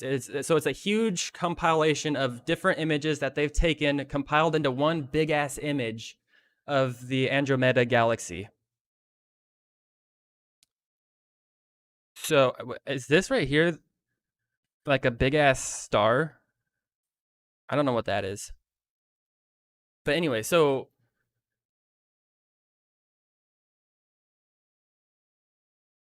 also in our little heads up with Star Citizen, I think on November 20th, a Expo will occur. Free ships to try. You go to a convention center. It's amazing. I'll check that out maybe if I remember to get on. Then I don't know. The starships do look cool in that game though. I thought it was the Hubble deep fields you were looking at. Oh no. This is the an image of the Andromeda galaxy. So that's what I'm saying. Like these are all different star. I'm pretty they're all different stars, and star systems. I mean, even if they were all different galaxies, same though. Like that is so many different things, and this is one galaxy, right? So, and there's how many galaxies out there? We don't even know. They say that space is still expanding. So, like looking at this image, all of these different stars, all of the different galaxies, how can you deny that other life exists? I'm an archaeologist.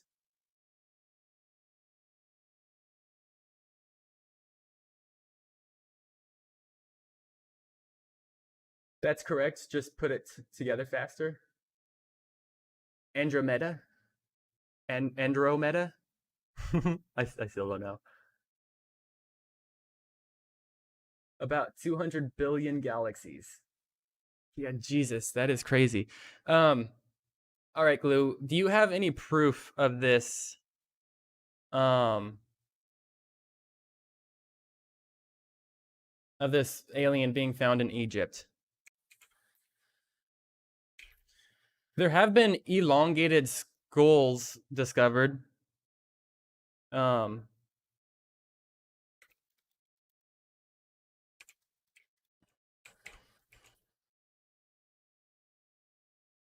they found like these skulls. Like I don't know if this is some kind of birth defect or what. I'm just throwing this out there that they found skulls with elongated heads.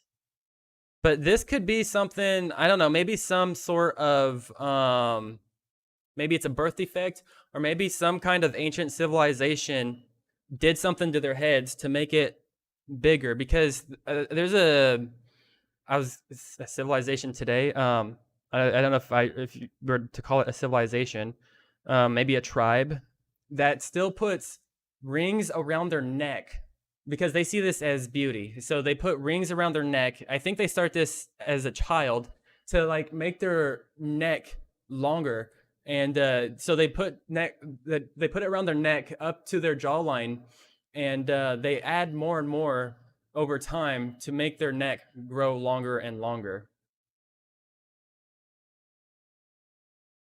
I don't know the name of that tribe or civilization. Otherwise, I'd look it up.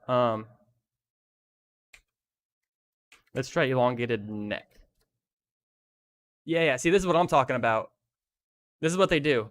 They put rings around their neck to make their neck longer. So what I was trying to say with the elongated skulls, maybe there was some type of ancient civilization who somehow made their skulls elongated, right? Or maybe it was just a birth defect. I mean, there's no proof that those elongated skulls were aliens. But yeah, see, they start it as children, and then they make their necks grow longer.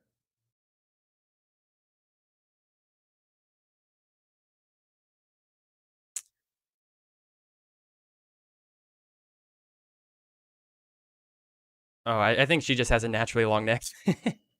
Whoa, look at this one. Oh, that's the statue? Maybe Palace Ripley's lady with long neck. I don't know if this one is real. That looks like a statue. But anyways, this is what I was talking about. Like that is like whoa. I didn't know the human body could do that, honestly.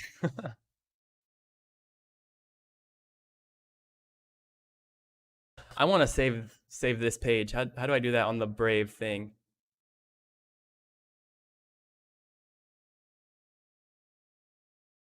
Um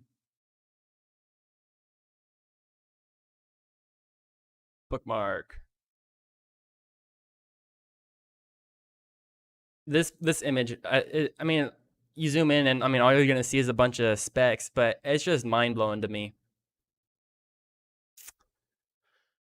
Um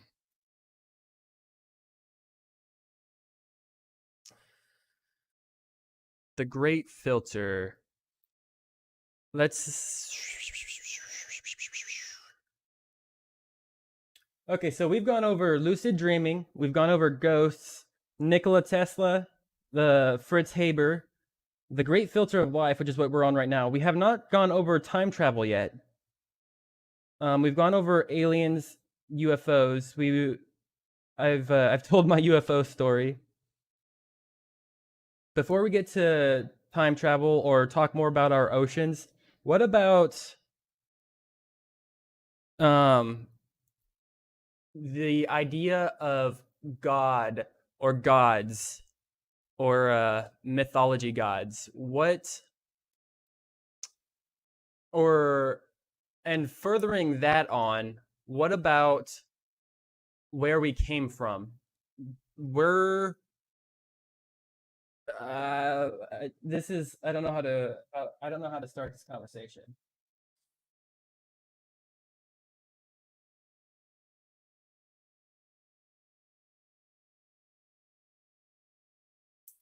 God and gods. So I've never read the Bible. I've tried to, but I don't think when beer time. But I don't think when I was exploring religion, my mind at the time could really comprehend the Bible. Like I couldn't really understand the way it was written. And then another thing that always like struck me was the Bible was written by man, right? It wasn't written by God himself. It was written by man. So how can you believe to a T everything that the Bible says? And is there anyone here who has read the Bible? I'm not trying to step on any toes. I'm not trying to um, invalidate any religions or invalidate anything that other people believe in. I'm just simply trying to have a conversation here because I want to know more. I want to learn more. I want to know. Glue, you I like the idea of the Greek gods, but that's mainly just the little kid in me. The Greek gods always fascinated me. I love Greek mythology. Although I don't believe the universe was an accident, some being made it or help it along, I think. Okay, so God. So you guys wait, Glue, you said you've read the Bible? Has anyone else here read the Bible? I'm asking because I want to understand more the story of Adam and Eve. And if we don't know, I guess we could look into it.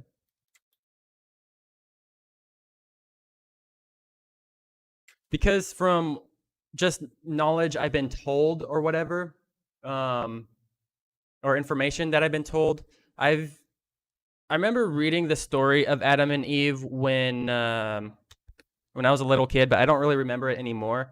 I know, who was it, Eve or Adam, that picked the apple off the apple tree, the forbidden fruit. But that's not what I'm trying to talk about. I'm trying to talk about the creation of Adam and Eve because they were apparently the first people, right? Wasn't Adam made or wait. Adam was made in the image of God, right? And then Eve was made from a rib bone of Adam. Am I correct, or is it something along those lines?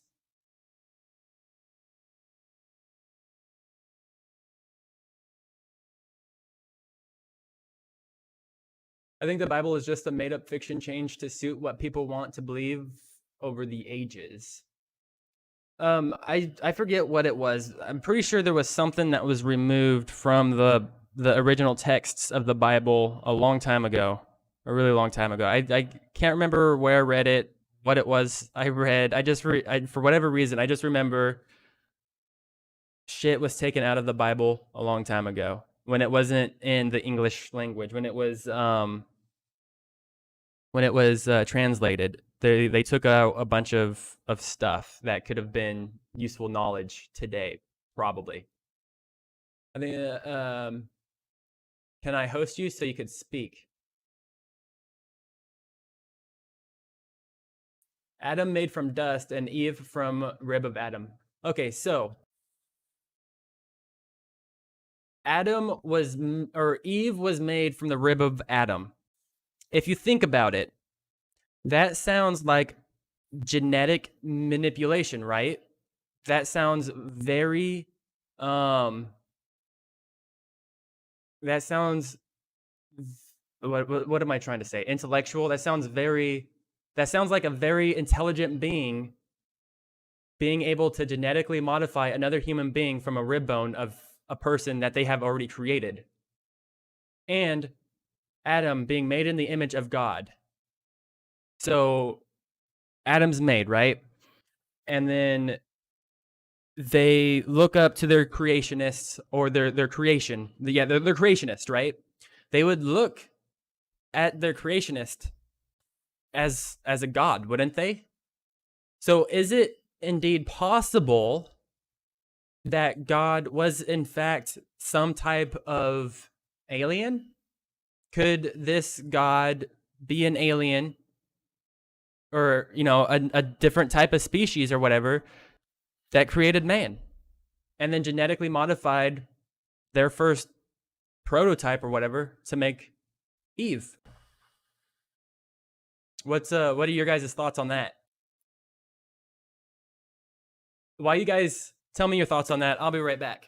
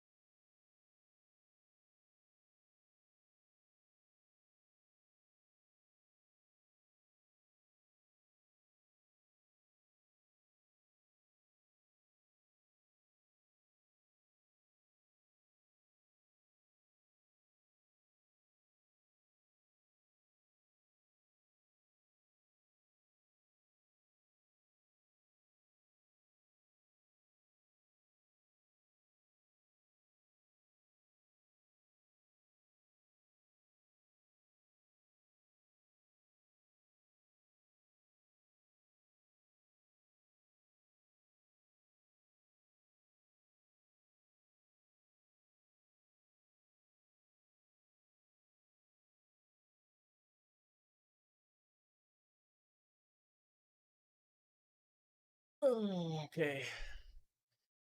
I do like the stories behind Christianity, not the childish ones that involve Jesus, but rather gods, angels such as Lucifer, morning star, being banished from heaven to rule hell. Hence, why he's known as the fallen angel. What is hell from the standpoint of the Bible or these Christianity stories? From these stories, is hell really under earth, inside earth? Is it inside earth, under earth, within earth? Is hell the core of earth?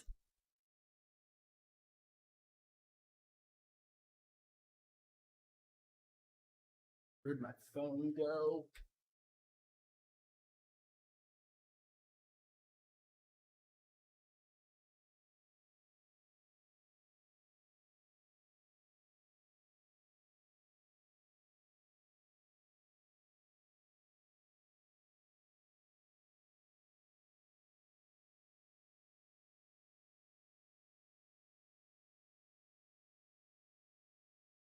We better get digging. All right. Hold on. Let me write down these points.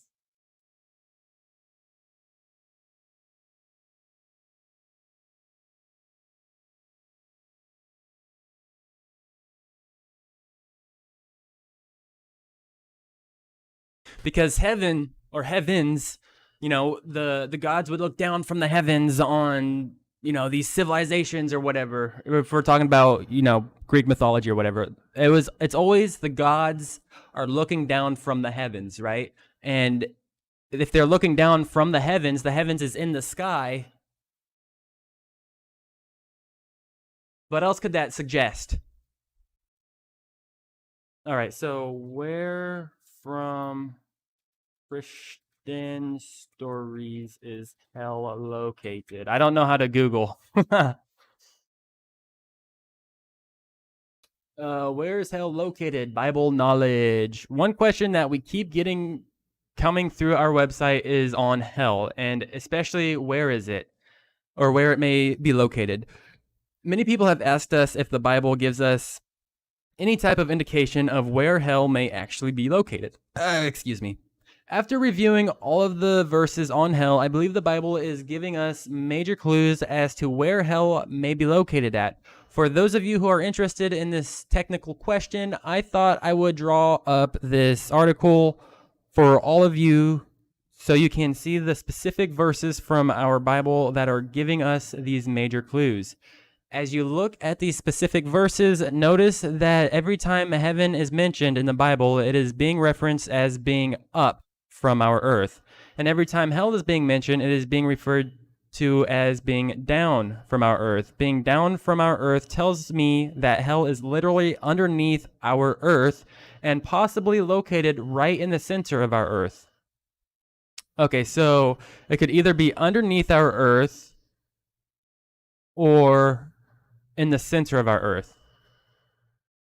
So literally what I just said before we check this out. Let's see where is Earth's current north direction in correlation? Did I spell that right? To the okay, so what these things based off stars. So like there's a scorpion thing, there's I think a crab. What are those called? It's the star signs. It's I know the name of it, but it's not coming to me right now. I need your help. Would be scary to wake up in this land, heaven or hell, after the whole earth has been speculating if it actually exists or not. That is true. That would be something else. Constellations, correlation to the yes, I think that's what I'm looking for.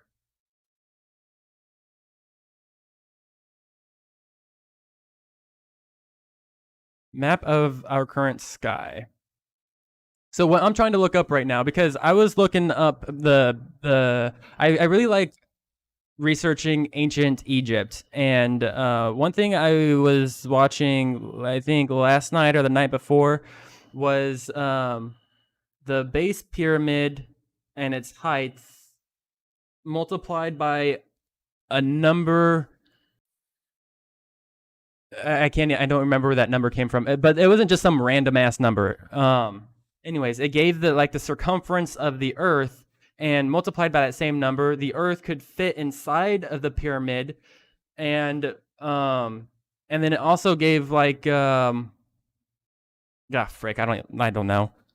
I wish I had a better memory, but that was kind of interesting to me, and it had to do with like stars and stuff. And so what I'm trying to look up right now is, because there's a lot of, it seems like anyways, there's a lot of mayhem right now in our world. And so is it possible that maybe the direction of our Earth is going more towards a constellation of what hell would be? And is that why more shit is going on, is because the Earth is in the rotation of of a bad constellation or I mean, I personally don't believe in the like the Virgos or whatever or not the Virgos, the constellation signs or whatever that people like to base their lives off of. But I mean, what if the direction of the Earth is going towards a constellation of something evil? Could that explain why we are seeing more and more evil stuff? Or is it better to just explain the more evil stuff we're seeing as the news media reporting on the minority? Because everyday life, you don't walk down the street seeing bullshit. I mean, bullshit happens every day around the world for sure. But you're constantly seeing it because the news only reports on the minority. You know what I mean? Sky map of the current view from Earth to different directions of space around it. And then that's another thing. So like every, 2,500 years or 25,000 years, our skies change. The sky you see right now won't always look how it looks. So like that's what I'm also trying to say. So like, 1,000 years from now, the stars are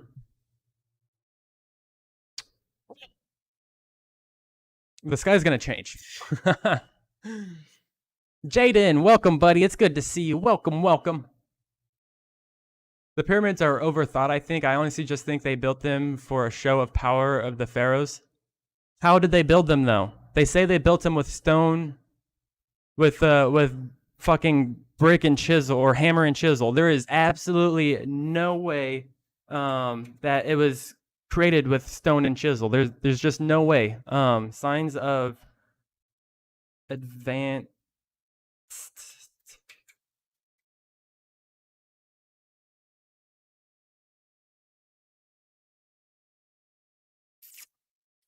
Let's check out images.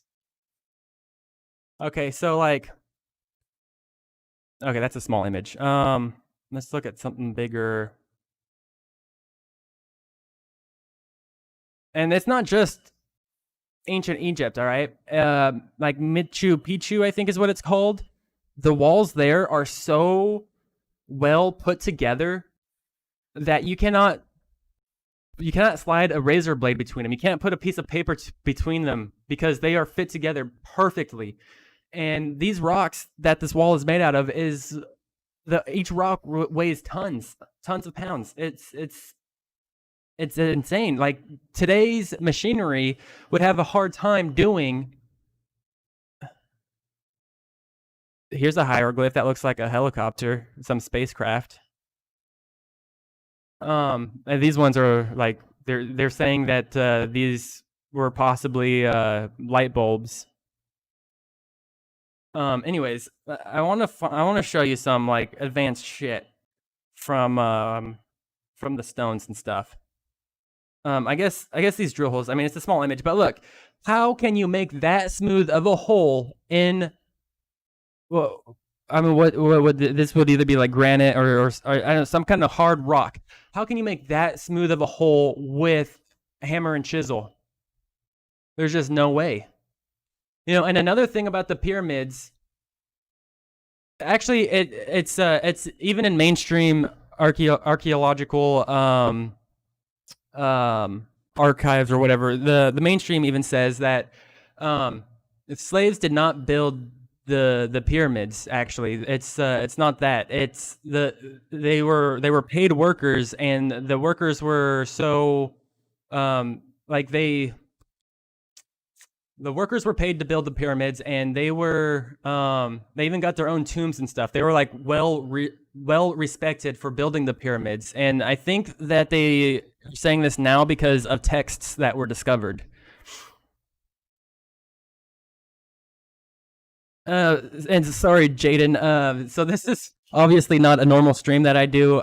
I'm just browsing around the internet and talking about lots of different types of conversations or topics.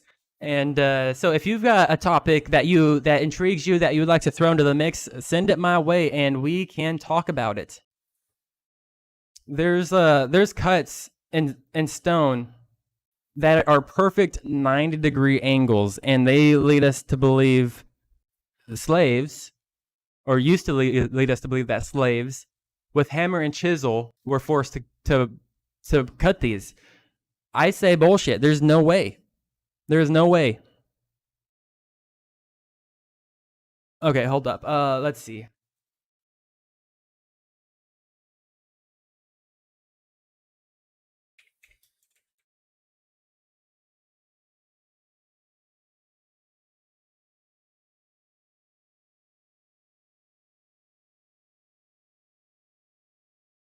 And then okay, so say let's go off the slave thing, right? Um, they used thousands of slaves to build the pyramids, right? Let's just say, I mean, or workers. Say that they were workers or that they say that built the pyramids, right? These well-respected workers that built these pyramids, right? How in the hell did they lift all of these stones that weigh tons and tons and tons of, or tons of pounds? What? Actually, let's look up the estimated weight of the pyramid.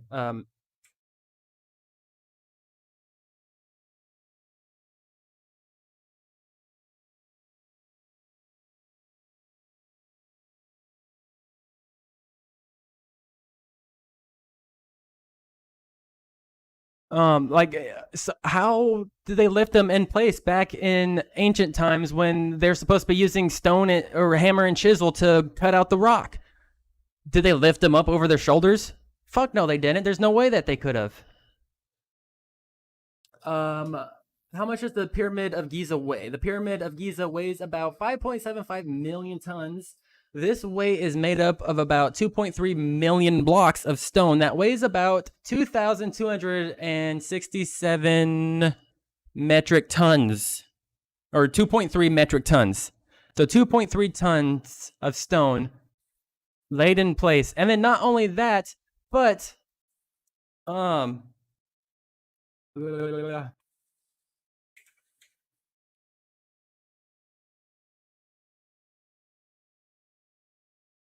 pyramid's accuracy with true north. Okay, so back then, right? Hammer and chisel, ancient civilizations. Apparently, they back then they wouldn't have had a lot of knowledge with the stars and our solar system, right? So, what am I looking at here?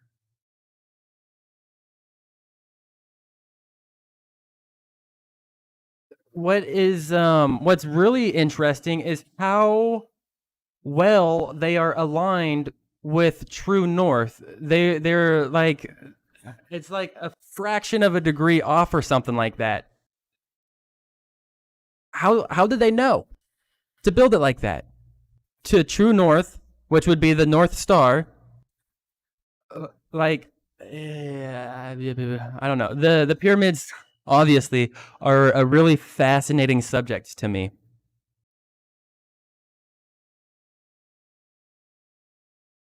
Human force scale. Look, that's one stone block that is in place to build these pyramids, right?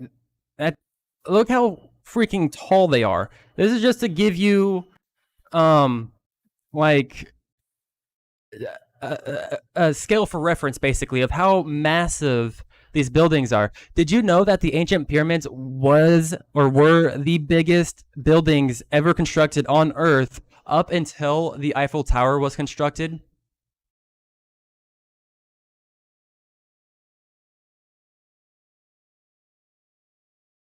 Okay. Michu Michu Picchu? Is that how you say it?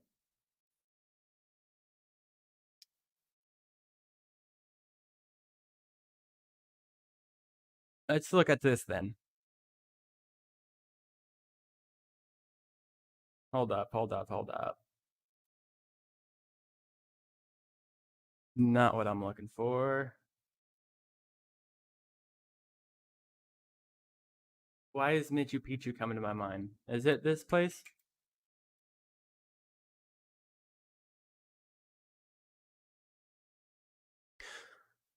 This isn't what I'm thinking of, really. But I mean, still, that's pretty good for ancient stone. But granted, look at these cuts.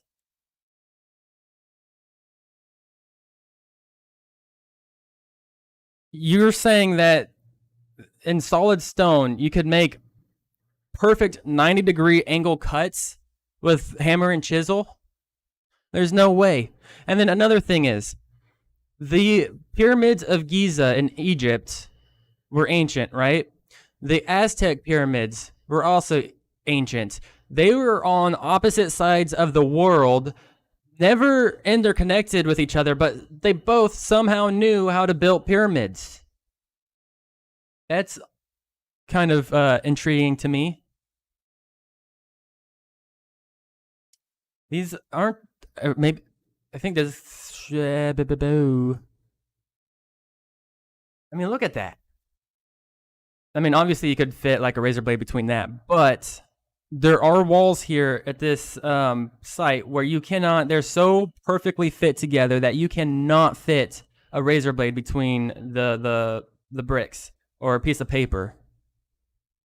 That is insane for an ancient civilization, presumably using hammer and chisel to accomplish, let alone lifting these heavy ass rocks that weigh tons of pounds or over tons, over a ton, 2, 3, 4 tons of pounds. I don't know why I'm saying of pounds. They're tons.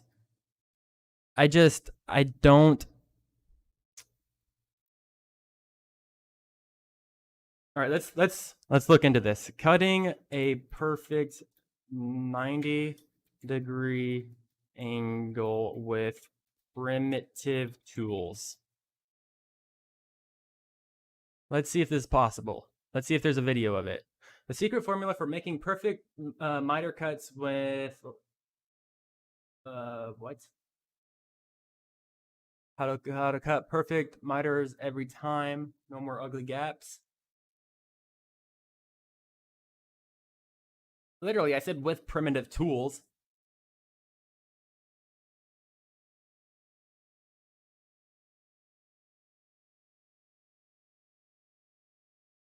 Is there nothing on being able to cut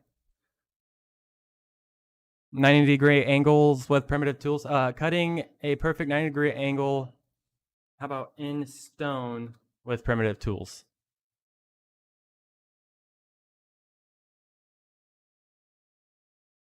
Wait, am I going off on my own now?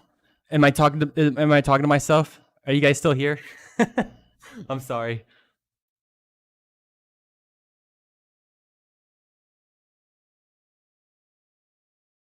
Nope, not molding. That's not what I'm looking for. Nope, not wood. Is there nothing on this topic?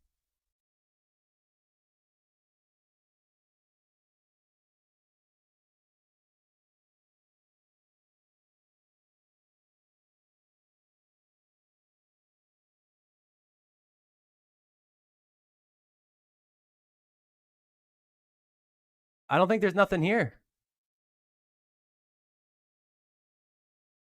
Right, I'm gonna have to dip, gonna jump in bed. Thanks for this different type of stream. It's really interesting.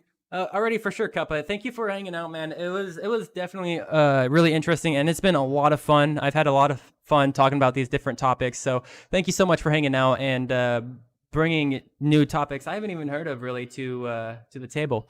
And we should definitely do this again because we still have to talk about time travel, my friend.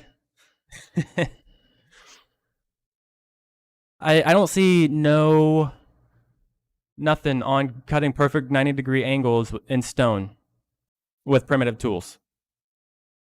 If anyone out there could find something like that for me, I would appreciate it.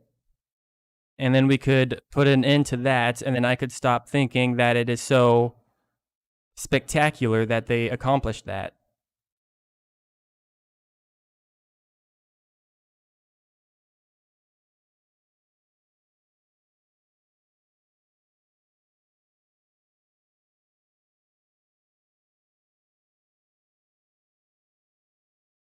I still got like 2 more hours before I gotta go.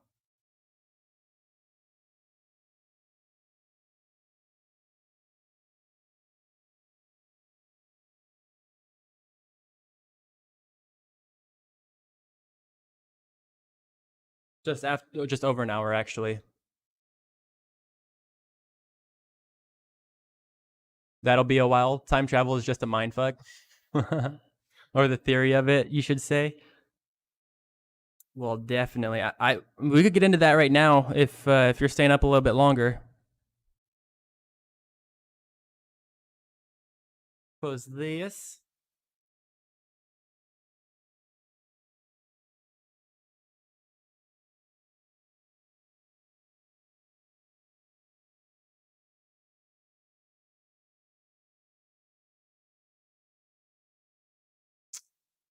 Okie dokes.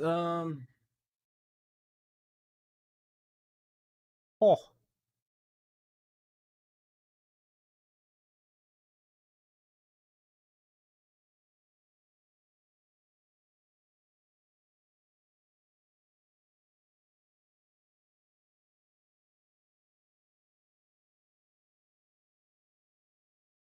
Hey Tycho, how's it going, buddy? It's good to see you.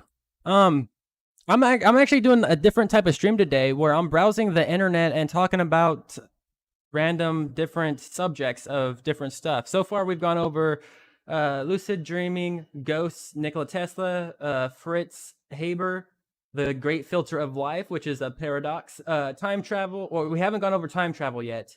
We've gone over aliens, UFOs, gods, or God and gods. We've went over our oceans, sort of. I'd like to get more in depth in our oceans. I'd like to go over more where we came from. We've gone slightly over Adam and Eve. We've gone over where is hell, sort of. If you've got anything that intrigues you or fascinates you, what you got, send it my way. Let's talk about it. I want to add it to my list here of stuff I want to look into.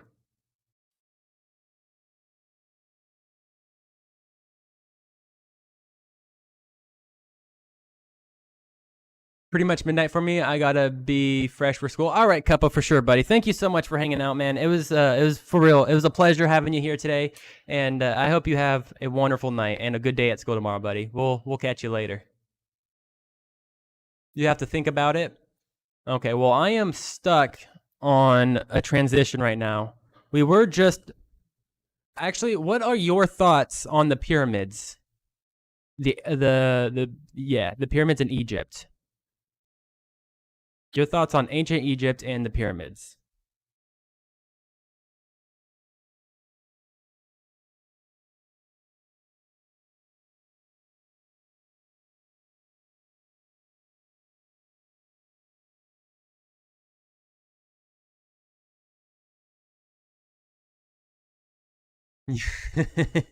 I think they're durable too.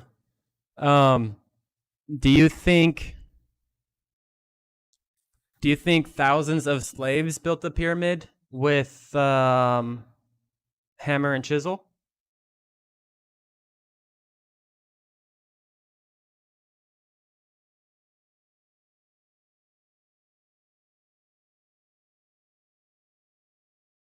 Oh, that's another thing I didn't even talk about yet. The freaking Sphinx. Let's write this down.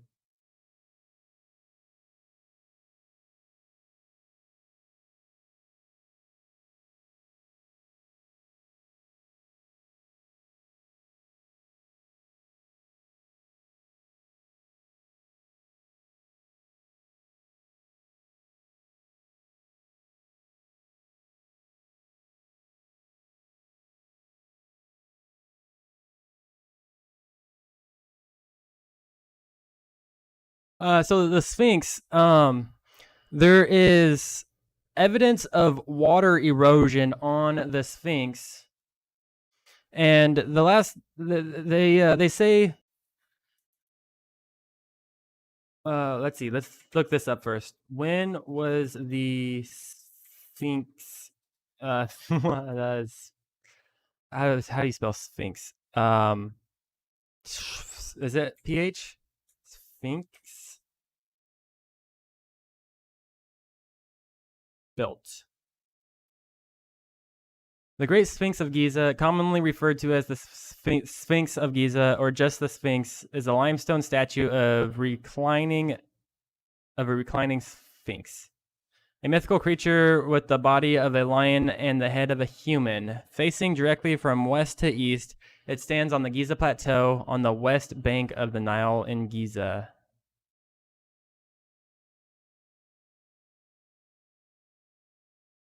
Dun dun dun. No, I'm not saying it's aliens. I'm not saying that at all. Um what I think is, I mean aliens, sure, that could be a possibility, but it could also be a possibility that there is ancient advanced technology that was lost in the deluge or the great flood. Location, coordinates, blah blah blah blah blah blah blah blah blah. Views of Egypt. Construction. The Sphinx is a monolith carved into the bedrock of the plateau, which also served as the quarry for the pyramids and other monuments in the area. The Neolithic limestone of the area consists of layers which offer differing resistance to erosion, mostly caused by wind and wind-blown sand, leading to the uneven degradation apparent in the Sphinx body.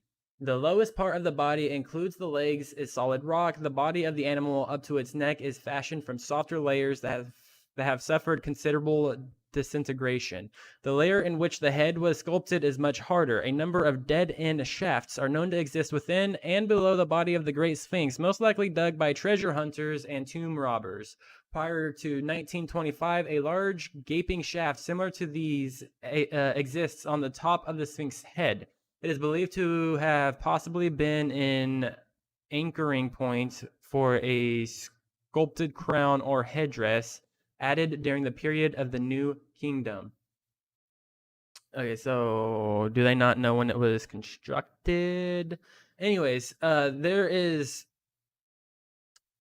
it's not mainstream per se, but there is evidence of water erosion on the Sphinx, and the last time there was water erosion or water for that to occur on the Sphinx was 11,000 to 12,000 years ago or something like that, which predates what they say ancient Egypt was made in, which was like 4,000 years ago. When was ancient Egypt?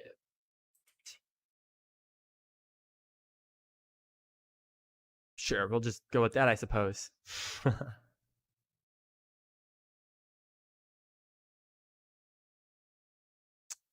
Ancient Egyptian civilization followed prehistoric Egypt and coalesced around 3100 BC. So, yeah, 31 to 4,000 years ago.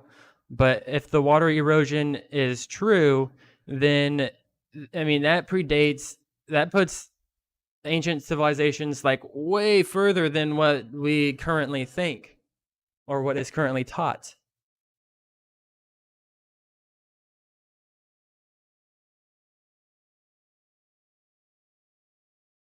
Know what I mean? Jelly beans.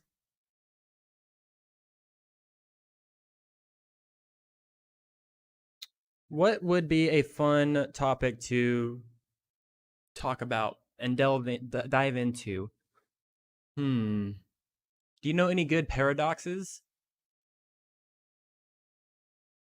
Is there an afterlife?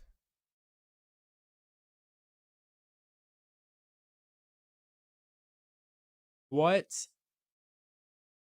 is our purpose?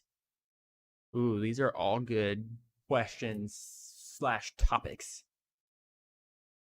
I really like this browser, actually. Holy cow. Estimated earnings so far this month, 0.010 BAT. Any thoughts on Zen 3 and RDNA2? I'm hopeful that GPU and CPU prices availability improve in the next few months. What is that? What's Zen 3? Oh, it's the Ryzen Risen. I don't know. Is it Ryzen or Risen GPUs? I don't have any thoughts or opinions on these besides the fact that these CPUs are starting to be way better than Intel, and even the graphics cards are even starting to beat Nvidia. I am conflicted. Like, I kind of want to switch over to AMD, but at the same time, I don't want to lose shadow play. Like, the shadow play, the capture card driver for Nvidia's graphics cards is really, really good. Like, you get basically no loss of quality for your videos and no FPS loss. If you were to use a software like Fraps to record your footage, I remember losing like more than half of my FPS because of that software. With Shadowplay, I only lose like 1 to 2 FPS. I don't like to change CPU once installed. Well, once if you change your CPU, you also have to change your motherboard because then the sockets won't fit, you know? So I don't blame you there. Your GPU is fine. What GPU do you have? But that's another thing though too. Like, you could have an AMD processor and keep your NVIDIA graphics card.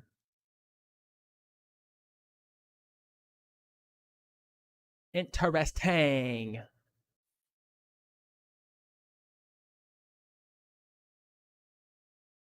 Still a 1060. Oh, nice. I didn't know you upgraded to a 1060. Original, there's so many variants. Hmm. Yeah, I don't know. I'm not really knowledgeable on AMD's processors, to be honest.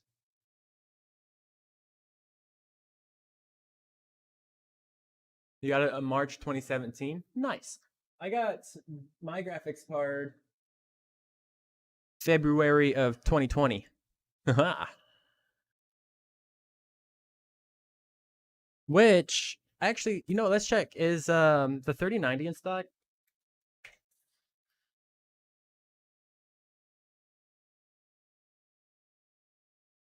Oh, Jesus, that is one spendy ass card. My God.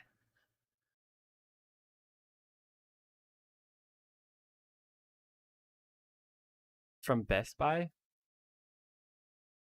Nope, they're sold out.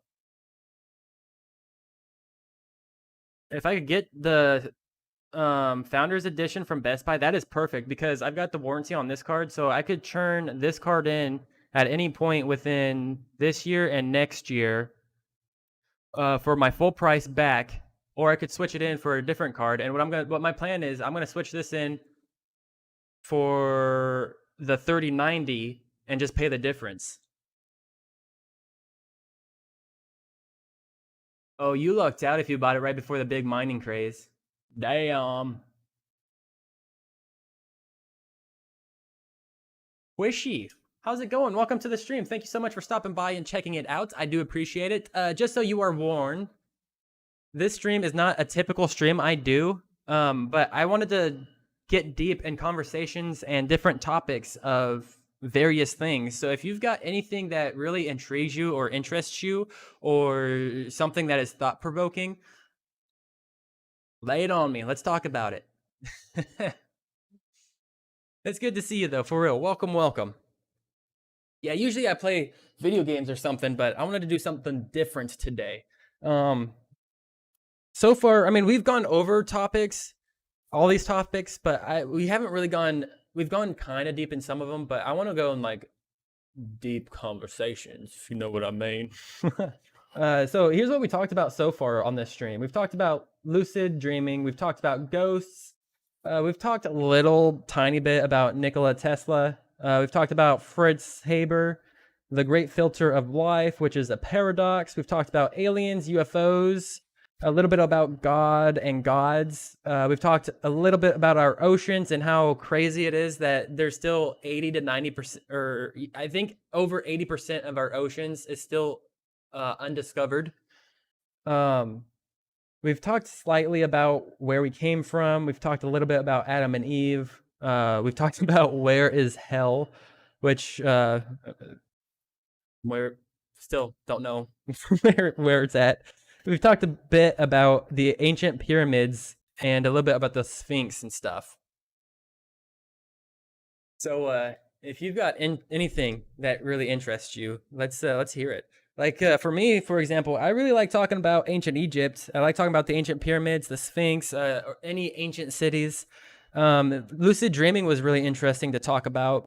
Nikola Tesla is a guy I've been doing a bit of research on like the past week because he's really fascinating to me. And what actually led me to start researching Nikola Tesla was I not my discovery obviously, but I discovered that acoustic levitation is a real thing.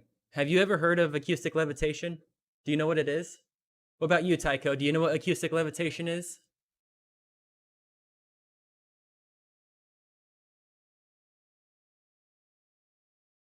I want to build I really want to build a Tesla coil for sure. All right.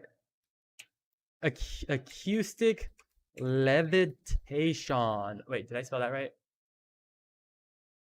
This is a real thing that you can build. You could literally levitate liquid, small objects, ants, for example. This one's a good video. If you guys haven't watched this guy before, Smarter Every Day, be sure to check him out. He's got some really cool content on YouTube. And we could help him get a little bit closer to 10 million subs. Let me skip to. I don't know how much of this video I could watch without getting in trouble. It explodes. The pressure gets so obviously this one would be a more advanced one. This one wouldn't be like a do-it-yourself. But look at this. They're levitating. I could probably play the sound. They're. If this is too loud, let me know. Right now they're levitating different liquids. So what? You've known about that channel since 2013. It's a really cool channel, and he's got a lot of really fascinating videos. So acoustic levitation is sound vibration allows you to levitate things. So I forget the term for it, but you know how sound waves are like literally waves. What you're doing with these sound waves is you're evening it out, which I think they have a diagram in this video. Like this maybe? Anyways, they're evening it out, which makes it possible to literally levitate stuff. No way. Which I think is pretty cool. When I found this out, my mind was like, I have to build this. No, I am not smart at all. So I don't know how I could, or I don't know how to even like go about it's a bit too simplified. doing something like a real this. sound wave actually looks like this. I can't hear right now. Is he explaining it? Darker parts of the low pressure. These ripples move along at the speed of sound. When you have two identical sound waves and you line them up just right, they no longer act like waves moving across the room. If you have a wave coming from this side and another wave coming from the other side, they become what's called a standing wave. You get a That's the term I was looking for, standing wave. Flipping on and off. In a spot right here where the pressure isn't changing at all. There's no oscillation. If you flip this thing upright and then you put something tiny right inside that little pocket, you can use that air pressure to bump something up against the force of gravity. So it ends up looking like this ping pong paddle. The particle. So yeah, the standing wave. That's what causes the levitation, and I think that is freaking cool. I've got it bookmarked on over here. You could buy a starting kit, but I think you have to 3D print this object thingy doodaddy. And I have a 3D printer. I've got no idea how to use it though. It was given to me by my brother, and there were like no instructions or anything really that came with it, so I don't know how to use it. But anyways, like I think if I could get myself to actually build one of these, I think that'd be pretty cool. It'd make a fun YouTube video too. Yeah, I forgot where I was going with acoustic levitation. But yeah, now you know. Learn something new every day, right? Even if it's a small little thing or something big. You usually learn something every day. I just think that's like really cool though. Like damn, haha.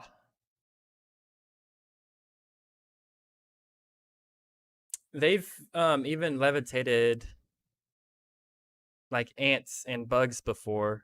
Here, I don't know if that is an actual picture, but there's a spider. It says yes, you can levitate objects with sound. So I wonder, would it be possible to levitate something like I don't know, let's say a car or a human? Would it be possible to levitate heavier objects? I mean, I'm sure it is. It's possible to levitate this. I wonder what kind of sound force it would take to levitate a heavier object, though. You know what I mean? How to build a Tesla coil. Is it spending to build a Tesla coil?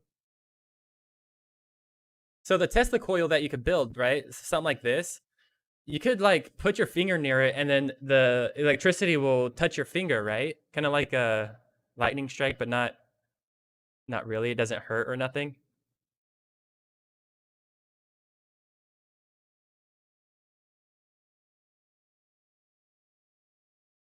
Lots of copper, I think. Definitely, yes, lots of copper.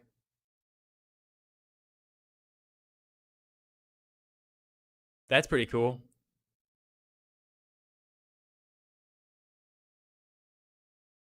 So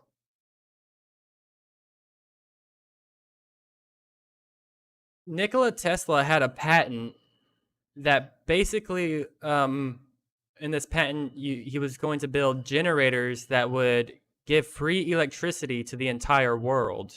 Anyone could tap into this electricity. um I forget what patent it was.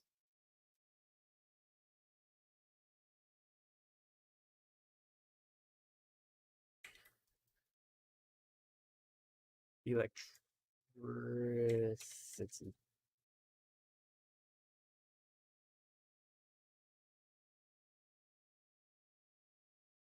It was like a big number patent, like 700,263 was the name of the patent or something like that. Wireless transmission of electricity would be cool. I think that's what his patent was for, was something like that. Or was this it? Apparatus for the utilization of radiant energy. I wish apparatus. I know what utilization means. Radiant. What do they what are they meaning when they refer to apparatus and radiance in this sentence? uh, define apparatus. I am not the smartest uh, book in the bookshelf. Not the sharpest tool in the shed. A set of materials or equipment designed for a particular use. Okay, so that's probably exactly what they meant for apparatus. Radiance. It means it's a device that's sending it out in all directions. Okay. So basically, what I think. Damn, that is a lot of reading to do.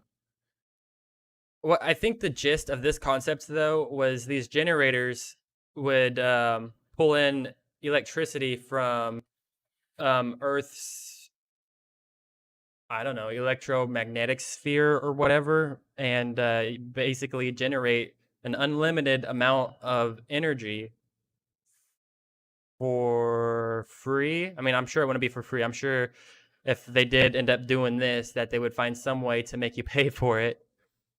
Be it known that I, Nikola Tesla, a citizen of the United States residing at the borough of Manhattan in the city, county, and state of New York, have invented certain new and useful improvements in apparatus for the utilization of radiant energy, of which the following is a specification reference being had to the drawings accompanying and formatting a part of the same.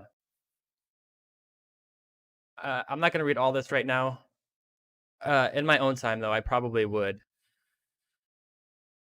I wish I could understand the prints too. Like, are those instructions, directions? Are they blacked out so we can't read them? I wish I could understand these types of prints because I'd be interested in building, something that like something that is made like that. And would that be illegal? Are you not allowed to build patented stuff? Like, why would the patent have literal directions on how to build something if you're not allowed to build it, right? Huh. I don't know. His stuff is very interesting, fascinating to me. Blib, blib, blib, blib, blib. Monthly payout, sites viewed over 19 sites already. Wikipedia, DuckDuckGo, Smarter Every Day on YouTube, Space Telescope, WebMD. WebMD was when we were looking up lucid dreaming. Panda, how is it going? It is good to see you. Welcome, welcome. We were just talking about Nikola Tesla patent. Wait, is this the same one? Yeah, the patent 685958, which is an invention he was working on that would tap into the electricity that surrounds our world, which would basically give us unlimited energy forever. Electricity, energy, or whatever. I keep coming back to Nikola Tesla just because I've been doing some research on him lately, and I think he's a really cool dude, possibly like one of the greatest inventors ever. Here we were looking at some acoustic levitation. I'd like to build one of these devices. You could you could buy a kit for like $70. I just think you still have to build the sound holder by yourself with like a 3D printer, which I don't know how to use mine. But how's it going, Panda? It's good to see you. Do you have anything interesting that you'd like to talk about? Anything that intrigues you or fascinates you that you want to discuss?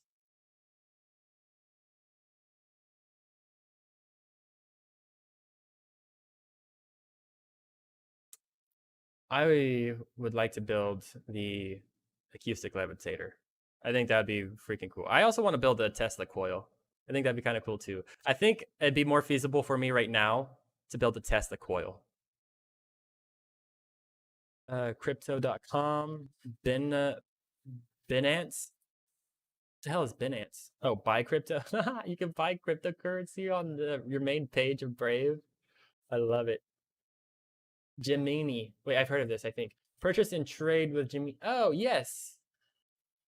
I've got that bookmarked because I was going to buy some stocks in the Bitcoin money or crypto.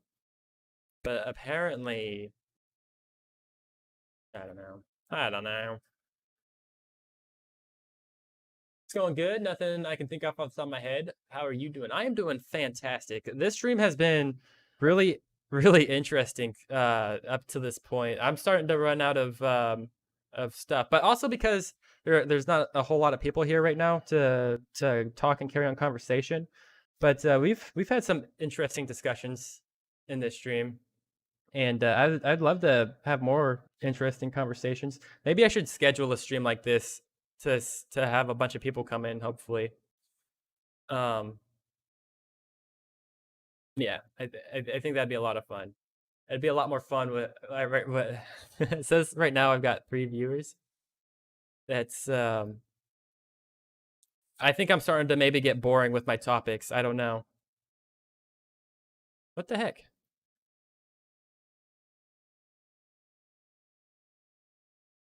Oh, I must have closed my Twitch page. Oh wait, no, it's right here. Derp. Oh, it says we got 4 on Twitch.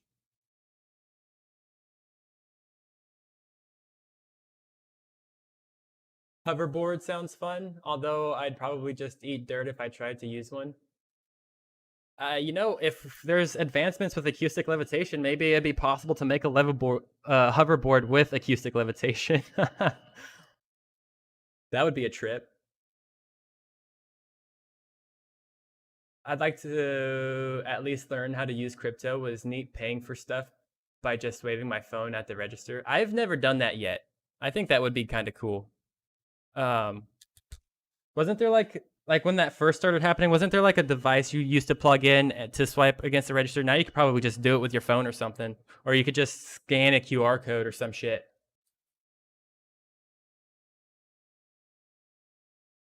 What would be fascinating? The Andromeda Meta galaxy. That is a trip to look at. That just looking at that galaxy alone, there's to me like how could you deny the possibility of life on another planet with that galaxy alone? Andromeda. Thank you, Andromeda. Let's see.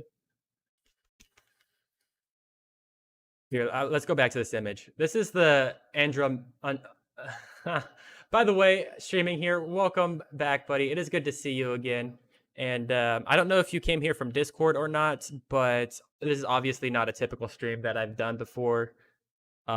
Just, chillaxing, hanging out, and having some interesting conversations. But look at this galaxy. Look at that. You zoom in on one spot. There's so many different star systems that it looks like static. And all of these stars have planets that evolve around or revolve around them. All of these stars. Look at all these star systems in one galaxy. That is mind-blowing. So crazy. I mean, I don't know how long I could just sit here and zoom out and in and look at stars, but I don't know about you guys, but to me, it is mind-blowing. That is insane. This is a huge image too. Like, holy cowabunga. I think this is a star, but I don't know. I don't quite know. Space is infinite and constantly growing. They say that the space is still expanding. Space is definitely wild. Heck yeah, it's good to see you too. You love the vibes? Oh, good. Good. Undeniably, there's life out there for sure. Like, I don't know how people could still deny the possibility that there could be life on another planet. And it doesn't have to be like a life form like you would think of aliens, like a gray fucking alien or a lizard alien or whatever. It could be micro organisms or organisms. Am I saying that correctly? I don't freaking know. It could be microscopic, a microscopic life form that would be an alien if it's on another planet. I've gone on an hour-long rant about space to my friends before. I could go on about it for hours, right? Space is just, it's so fascinating. It is so cool and so fun to think about, and just the possibilities that exist out there. It's very thought-provoking, that's for sure. The known universe is expanding at least could be more. Yes. And they say it all came from a Big Bang. It's still referenced as the Big Bang Theory, so that's all it is. It's a theory because, honestly, no one fucking knows what caused the universe, how we got here. No one knows nothing. We know nothing. There's so much more to learn and to experience and to discover. Then those little life forms just keep on living and growing and becoming. Yes. It never stops becoming and unbecoming. You love it. Guys, just wait till you find out about the EU and AU. Well, what do you mean? What's going on in the EU and AU right now? May I do fan art for you? Welcome back. It's good to see you. You had me at space. What's up, boys? What? You just got here. I'll show you real quick. This is the Andromeda. Fuck. Um, this is one galaxy in space, right? See all the little you see. I mean, sure, you see stars right now, right? Each star is a star system. It's got planets, right? Fucking zoom in. Look even more. Look at all these stars. These are all star systems with planets. And we are saying, how the hell can you deny that there's the possibility of life? And this is just one freaking system.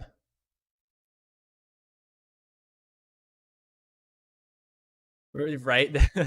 A very beautiful image. On the topic of space, what do you guys think about the constellations and what are those things called, like the Virgo sign, the Cancer sign? What are those called?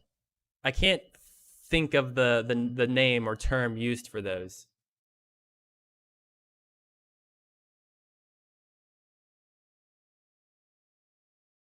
May I do fan art for you.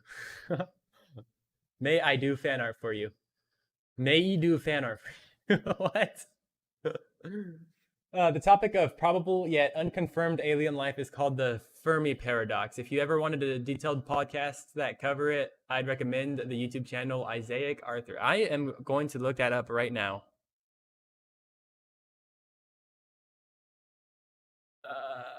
Isaac Arthur. And actually, the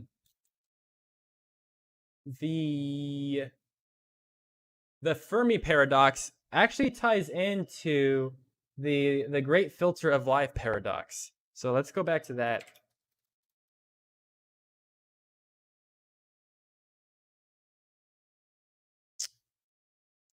In context of the Fermi paradox. Okay, so in context. So we were discussing this paradox a little bit earlier. Actually, I'm going to write this down as one of our talking points, because all these topics I want to come back to. Fermi paradox.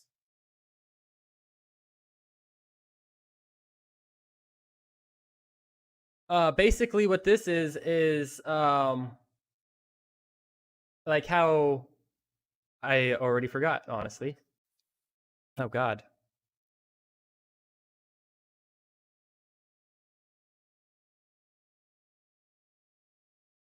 Astrology, zodiac signs. The zodiac signs, that is what I'm thinking of. Yes, zodiac signs. So in my opinion, personally, I don't think the zodiac signs really have anything to do with our everyday lives or whatever, or how people function or act. But some people do believe that the zodiac signs, the year you are born or month you are born or whatever, what time of year you're born in, correlates to the type of person you're going to be, and to a bunch of other different stuff. I don't personally believe in that because I don't know. I haven't been convinced yet. So if any of you guys do believe that, here's your shot. Try to convince me. I never read it as May I Do fan art for you. That is hilarious. My whole Twitch account started because I'm stuck living in hospice care, so I draw random streamers to make them happy.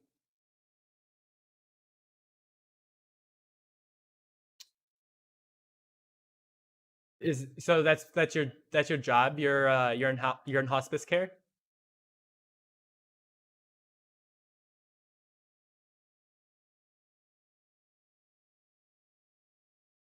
Who's Eva? So I have this theory here about life, that it's just a bunch of particles, and like the theory of relativity, where space is a blanket and objects with more mass have more weight on this blanket. And therefore, other objects around these masses will slowly be attracted to these masses in space. Kind of like water. If you have running water and you put your finger close to it, but not touching it, I think electrons in the water and your body will bring the water to bend because your finger is in it. That is true. And if you think about it, um, if you think about it, the uh, uh, uh, so when you're touching something, right? When you're touching something, you physically feel it. You see it. You're touching it, but you're at a microscopic level. I could be wrong on this, so call me out on this if I'm wrong. Okay, I want to be correct on everything I talk about, but at a microscopic level, you're not, or at an atomic level, you're not actually touching it, right? You're still, there's still space between the object you feel that you're touching and the object, right? Yeah, yeah, exactly. So that that in itself is freaking crazy. May I do fan art for you? You're no, I'm just dying, man. What? Would you? May I ask what's going on? What put you in hospice?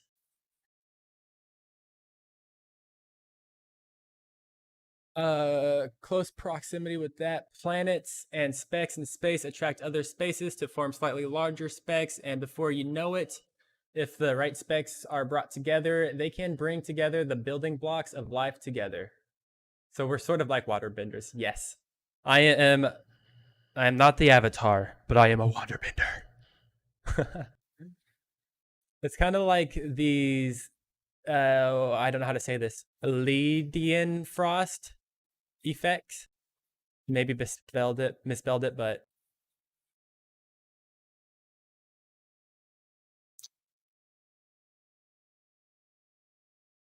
herm. Herm. Um wait, shit. What were we were just talking about not actually touching something when you are touching something, the way atoms. So, the atom bomb, they were able to create this bomb because they split the molecule of an atom.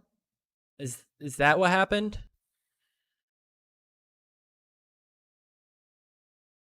Also, you guys, if you want, I don't know if you don't have to like Post Malone as a music artist. You don't have to like his music, but if you want an interesting topic, check out his podcast with Joe Rogan on YouTube.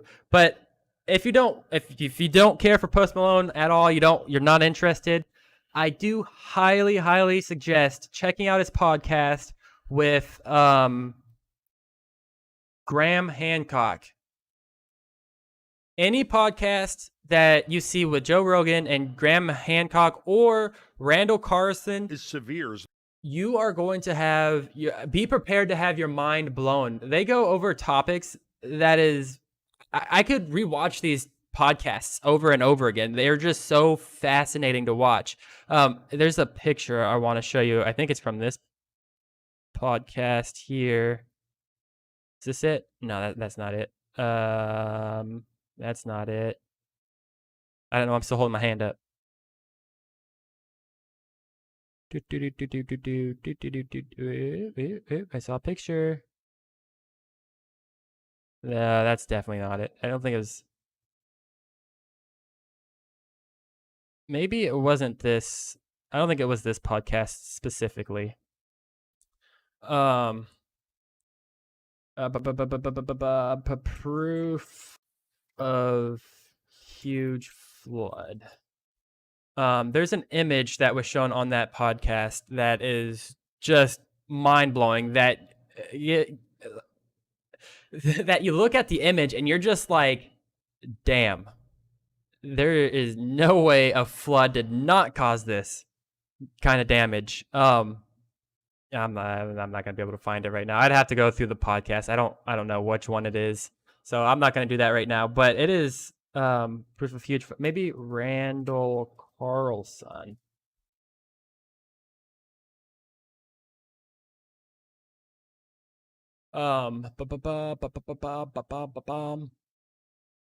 Nope, nope, nope, nope, nope, nope, nope. This ain't it. This ain't it. This ain't it. Where is it?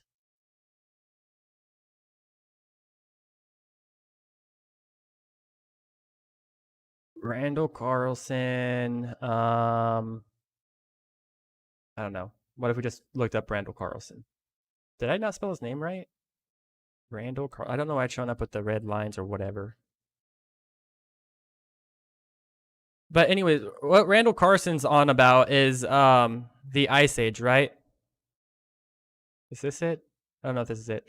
The Ice Age, and it's pretty much instantaneous melting of the Ice Age. There's something that happened that caused instantaneous melt of the Ice Age, which caused massive, massive flooding around the globe. I don't know if it's around the globe, but it caused massive flooding, at least in North America. And and he's got like photogenic proof, like these. Okay, well, not these ones. These are like ripples, right? That you would find at like a lake, for example, water ripples. So, in northern in northeastern or northwestern Washington or something, there's these huge plains with those same ripples, but these ripples are 50 feet tall hills or 50 feet tall ripples, which the only way that would have been put there was from massive flooding. And I want to find that one image that I'm thinking of from that podcast, because it is just, it's so mind blowing. You're just like, damn. You could just like, you could kind of imagine how catastrophic it was. Flood.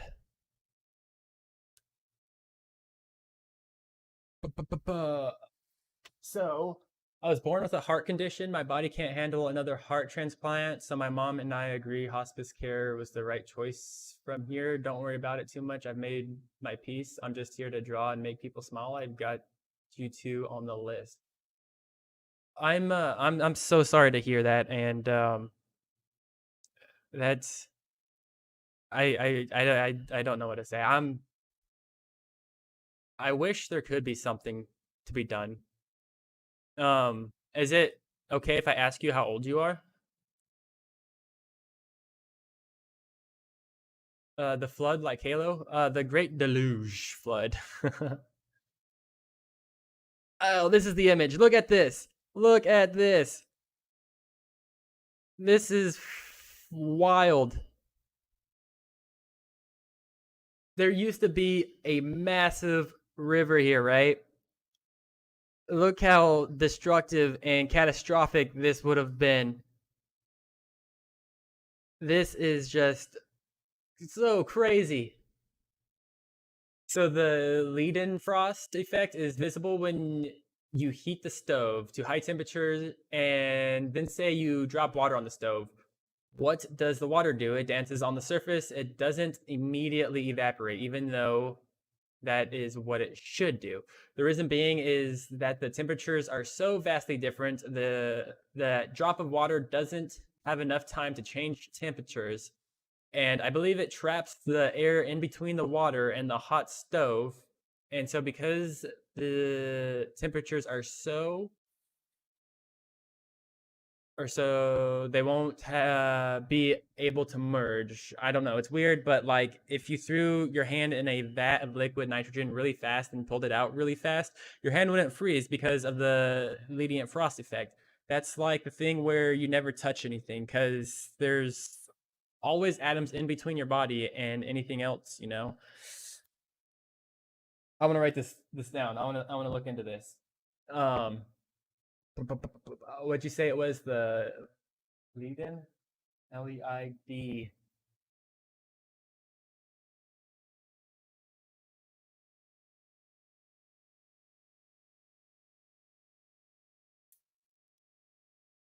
That is pretty interesting because I've seen that before. You know, you drop water on a really hot stove. You're absolutely right. It just bounces around. It doesn't like instantaneously evaporate and become vapor.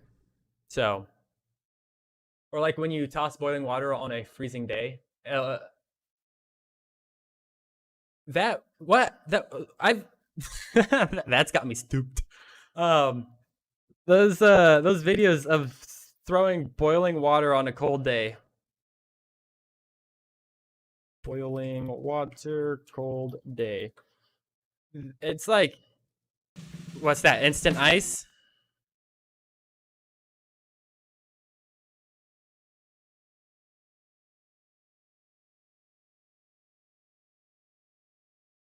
The Mimpimba effect?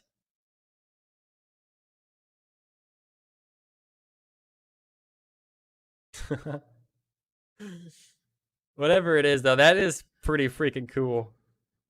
They should do like a slow mo close up video of someone doing this, and then watching the things that fall. What are they doing?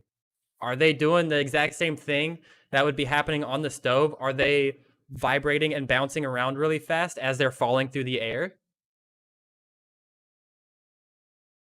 That's fine. Don't be sorry. I'll be 20 this December. Man, you're so young. Well, do you know, or have the doctors predicted, or do you know possibly how much longer you might have here with us? I just want to say I'm very humbled and very pleased to have been able to meet you. I am. May I do fan art for you? Or, yeah, yeah, yeah. I'm very pleased to have met you, and I'm glad you're here with us now. And I'm glad that you are able to take part of these conversations. It is awesome to have you here. Fire Gamer 420, what is up? Welcome to this stream. It is good to see you. Welcome, welcome, and I hope you have a interesting and good time here today. Arch Volatile, welcome back, buddy. Welcome back. Um, Fire Gamer. Just so you know, this isn't a typical stream I do. I do usually play video games. I want to do something different today, and so we've been talking about a lot of different topics that are interesting to not only me but to everybody else that's been hanging around here. It's been very interesting, and I love these topics. And in the future, I'm definitely gonna plan this kind of stream so that way we could hopefully get more people involved on this type of conversation, because this has been a lot of fun. At least it has been to me, and I've been learning a lot, and it's not boring. It's fun.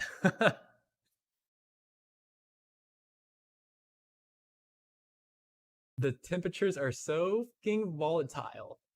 Speaking of, Dirk, how's it going, buddy? Welcome, welcome. It's good to see you again, Dirk. Of course, Fire Gamer, you're always welcome here, buddy. Speaking of interesting topics, is there anything that really fascinates you, Fire Gamer? Anything that is intriguing in your opinion? I mean, maybe it's not so intriguing to other people. Maybe people have made you feel bad for thinking something is cool. There will be no discrimination here. We won't talk down on you, and we will talk about this topic if there is a topic like that. If not, just anything that intrigues you, anything that's interesting. Space is one of the ones that's really interesting, and I am streaming here, and I are talking about the right now he's talking about, I still don't know how to pronounce it, the Leiden frost effect, where when you pour water on a really hot stove, the water bounces around on that stove. And just before that, we were talking about atoms, how on a molecular level, when you're touching something, you're still not actually touching it. So technically, I mean, me right now, I'm sitting in my chair, I could feel it, but I'm not really sitting in my chair at a microscopic level. I'm actually floating just above my chair. So, I mean, kind of technically I'm floating in space right now.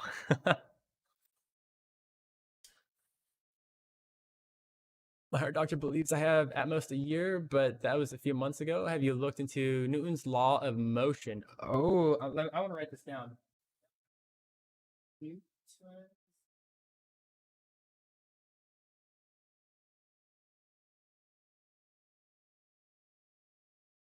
I always loved that when I was younger.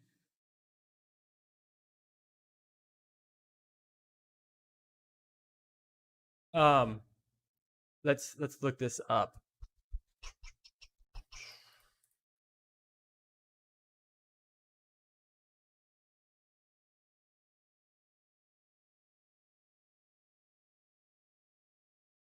Well, if I am on your list of fan art for you to draw, I am I'm really excited to see it. And you know what I'm gonna do? I'll print it out. I'll frame it, and I'll put it on my wall back here. It'll be part of my stream.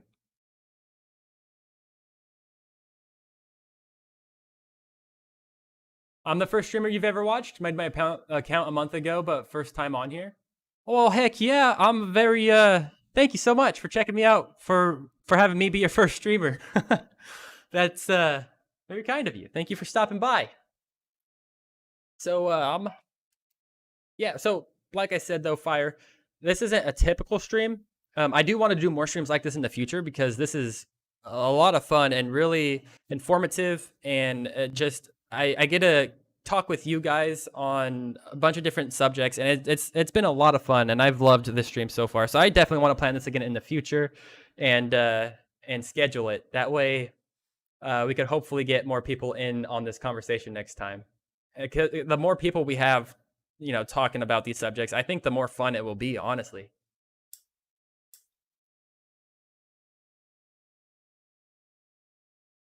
That makes my heart melt. I appreciate that. I'm gonna stick around and lurk while I get some blood work done. Okie dokie. I hope it's not literally making your heart melt. That was terrible.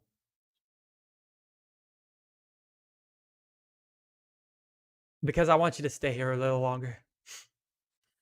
No, but for real, your fan art. I'm gonna print out, frame it, and I'm gonna put it on my wall. And I can't wait for you to see it on the wall, and I can't wait to see the art. I'm super excited for it. And you are a very very kind person for drawing the fan art for me. I really appreciate it. Thank you so much. Okay, so Newton's law. What are my dogs barking at? I'll be right back.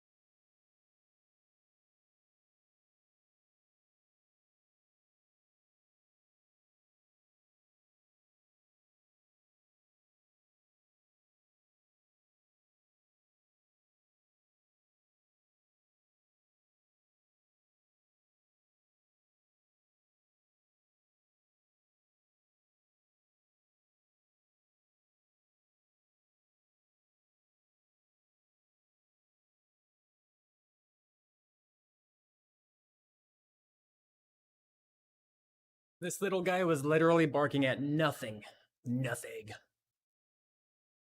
Okay.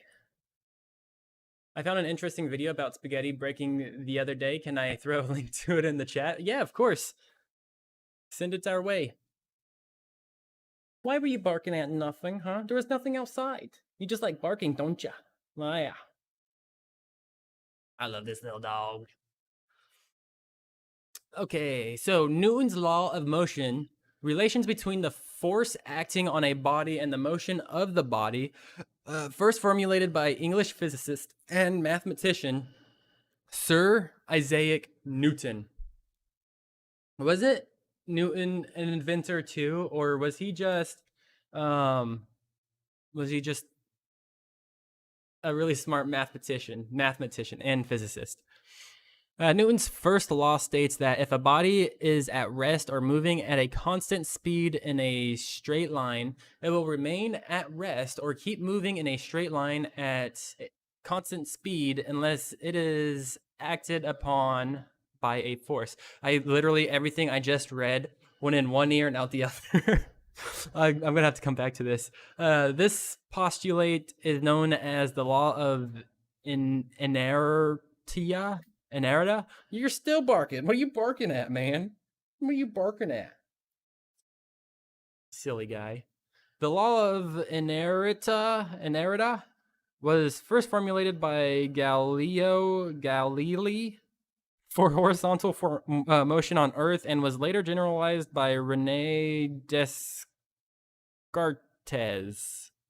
Before Galileo, it had been thought that all horizontal motion required a direct cause, but Galileo deducted from his experiments that a body in motion would remain in motion unless a force such as friction caused it to come to rest. Interesting. Oh, Volatile, you got that link. Let's check this out. Secret of snapping spaghetti in slow motion. 6 million views. Oh my good God.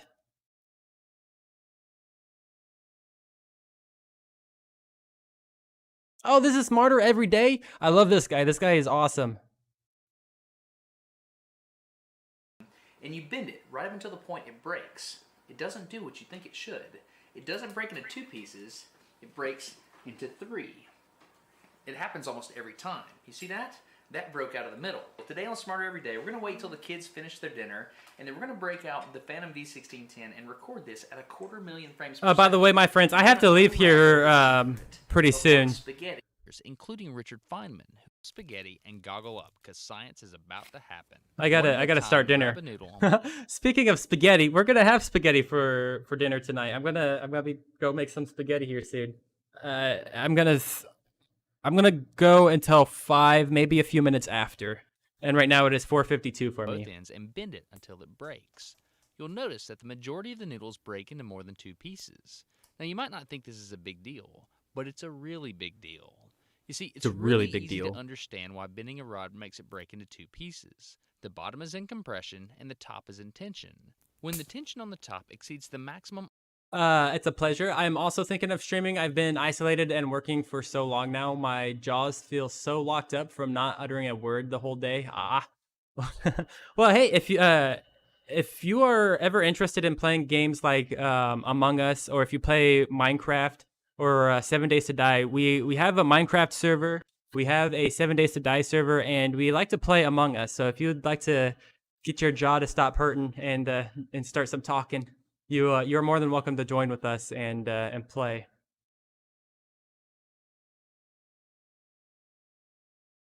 You have a neat idea? Can we play the higher lower game? What is this game? I've never heard of it before. By the way, Fire, if you don't mind, I would love for you to join our Discord. And we'll give you a good welcome to our community, and you would be more than welcome to play some video games with us.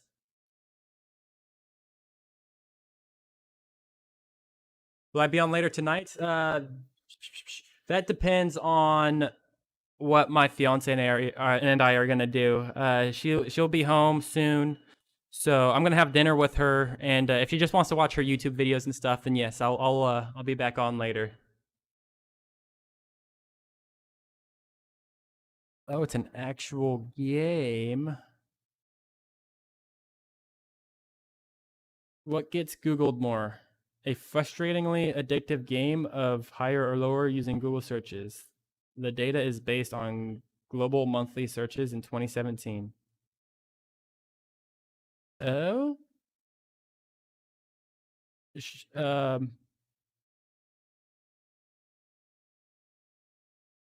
Okay, Smarter Every Day or higher and lower? Allowable tensile stress. It rips it in half, and you're Let's watch this, and then we'll get to this game. Of the rod left. So why is spaghetti different? Something else is happening here. The simple act of snapping spaghetti has stumped brilliant scientists for years, including I don't Richard think I'm Feynman, allowed who to I actually know was just on the theoretical physics team to of the sit here Manhattan and Project. It's still watch other creators' entire videos without getting in trouble or DMCA striked, especially by Twitch right now, and probably by YouTube, or especially probably by YouTube. So I don't want to watch the whole thing. I looked all over the internet and Is there a spot in the video you would want us to watch, Volatile?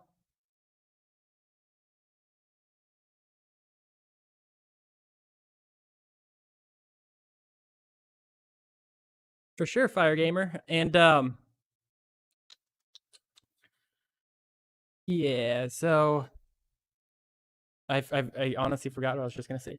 What are you doing? Are you gonna go out there and bark at nothing? What are you barking at, ghosts?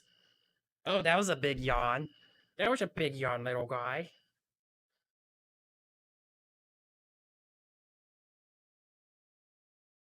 He's a cuddle dog. He loves his cuddles. Okay.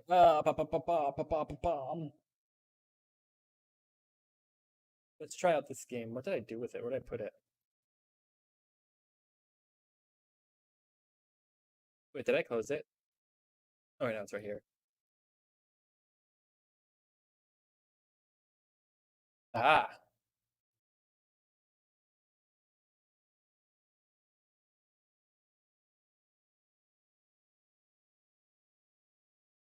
Oh, frick.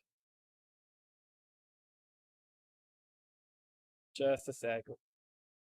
Where is this? Here we go.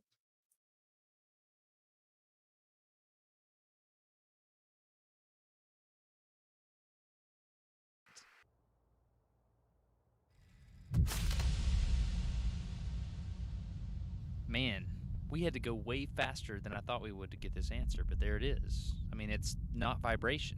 It's the curvature of the spaghetti as it straightens out.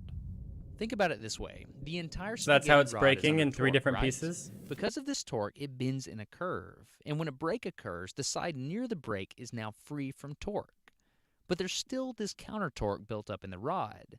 So it starts to straighten itself out from left to right, rotating up and straightening out along the way. Because the spaghetti on the left is already straightened out and the spaghetti on the right is still curved, the point where they meet is now even more curved, which causes the spaghetti to bend beyond the minimum failure radius. This results in a fracture. It's like one side doesn't get the message fast enough. See, this If guy the should be whole the rod guy were to release at one time, it'd be fine, but it doesn't. do It the breaks slow-mo itself of apart the along boiling way. water and Every time freezing you have a new break, temperatures. the process starts all over again. This physical phenomenon is called a cascading fracture. Until recently, the math behind this phenomenon wasn't very well understood. God, But I wish I did was. find a really cool French I wish I was research good at paper on math. the I don't topic, as know well as a shit neat when it comes to math. simulation created by I some know Norwegian 2 plus 2 equals astrolegisers. 5. To my knowledge, though, the video that we just watched gives more insight into this physical phenomenon than anything else that's ever been done. We just did it at 250,000 frames per second, which is amazing. So there you go. The secret of snapping spaghetti is not just a party trick. The next That's crazy. All right, lower or higher game. We've got a few minutes left still. 4 plus 5 equals 12. How did you know? He's like a mathematician or something. Okay, a frustratingly addictive game of higher or lower using Google searches. So let's do classic.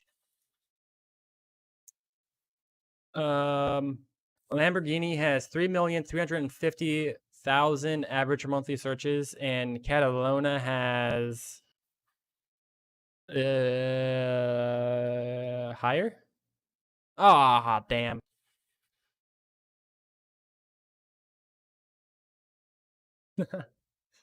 Okay, so Bosch has 1.2 million average monthly searches. IKEA has definitely higher. I think people are buying furniture more than they're trying to build stuff. Yep. Damn, son.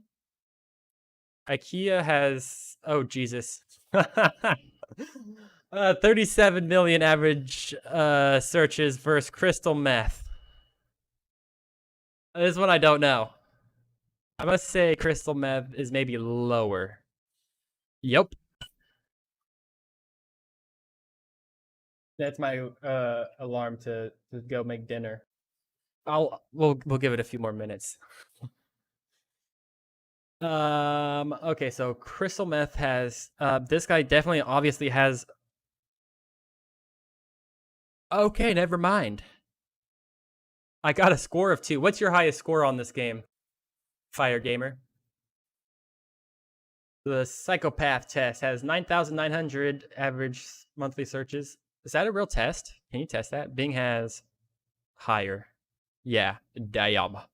A lot higher. Oh. Was Dexter still on in 2017 or was it after? I'm gonna go with lower. Yep. Haha. Like 3. My highest score right now is 2.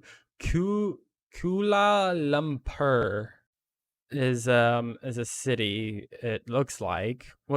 Where's the city from? I might say it has a higher. Nope, it's got lower. I can't get past 2. All right, I'll do it one more time, and then I'm gonna have to take off here.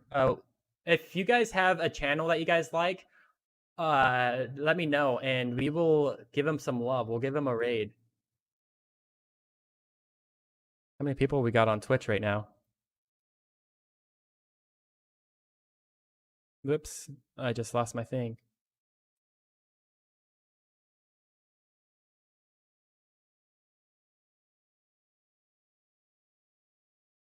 Says we got 5 people over here on Twitch, so that's pretty cool. And yeah, we'll give someone a little raid. Where did I put the? Oh, here it is. Okay, so Italy has 823,000 searches. Syrian Civil War has, I hope it has higher. Oh my God. One more. LinkedIn has 37.2 million searches. Toronto Raptors, lower, way lower. 22, lower. Yeah, I'm not really a football fan, so I wouldn't even know. Wait, that's not even football, is it? Is that lacrosse? Homer Simpson, higher. Not by much.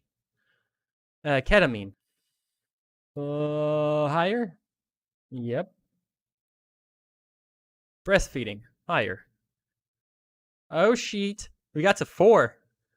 Breastfeeding, child marriage, lower. Yeah. So weird. Isn't child marriage still legal in some countries? Manchester by the Sea. I don't even know what that is, but way higher. Heck yeah, man. I if I am back later tonight, I might be playing it later on tonight. Manchester HIV. Ooh, HIV is way lower. I got to 7. That is my highest score. Nice. Very nice. Okay, so oops, let's move this over here. Let's find someone to raid.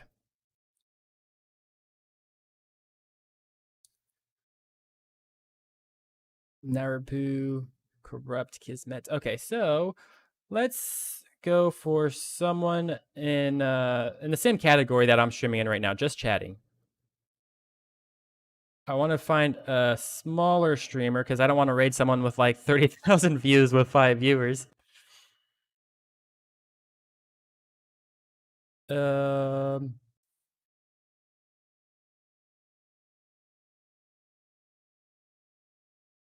I'm not late. You are. Great message and important announcement.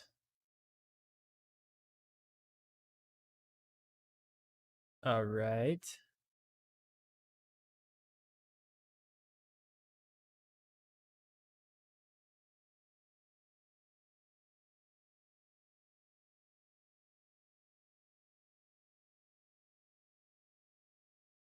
Let's go see what this guy's important message is. Thank you, everybody, for that is an invalid username. God dang it.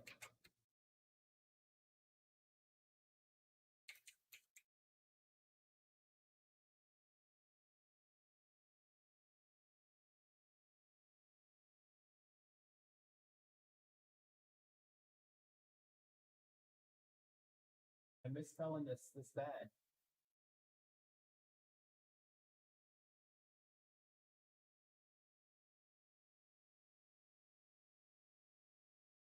Okay, let's see what this guy's important announcement is. There's all right, all 5 of us are gonna go raid. Let's do this. Make sure to show him lots of love. Yeah, be kind, be gentle. I love you guys. Stick around, and I will catch you guys later, alligators. Thank you so much for hanging out with me. This is probably one of my most favorite streams. This was a lot of fun. This was very interesting for sure. So I do plan to do this again in the future. Thank you for hanging out, you guys. I love you, and let's go give this guy some love. It's gonna happen automatically right now.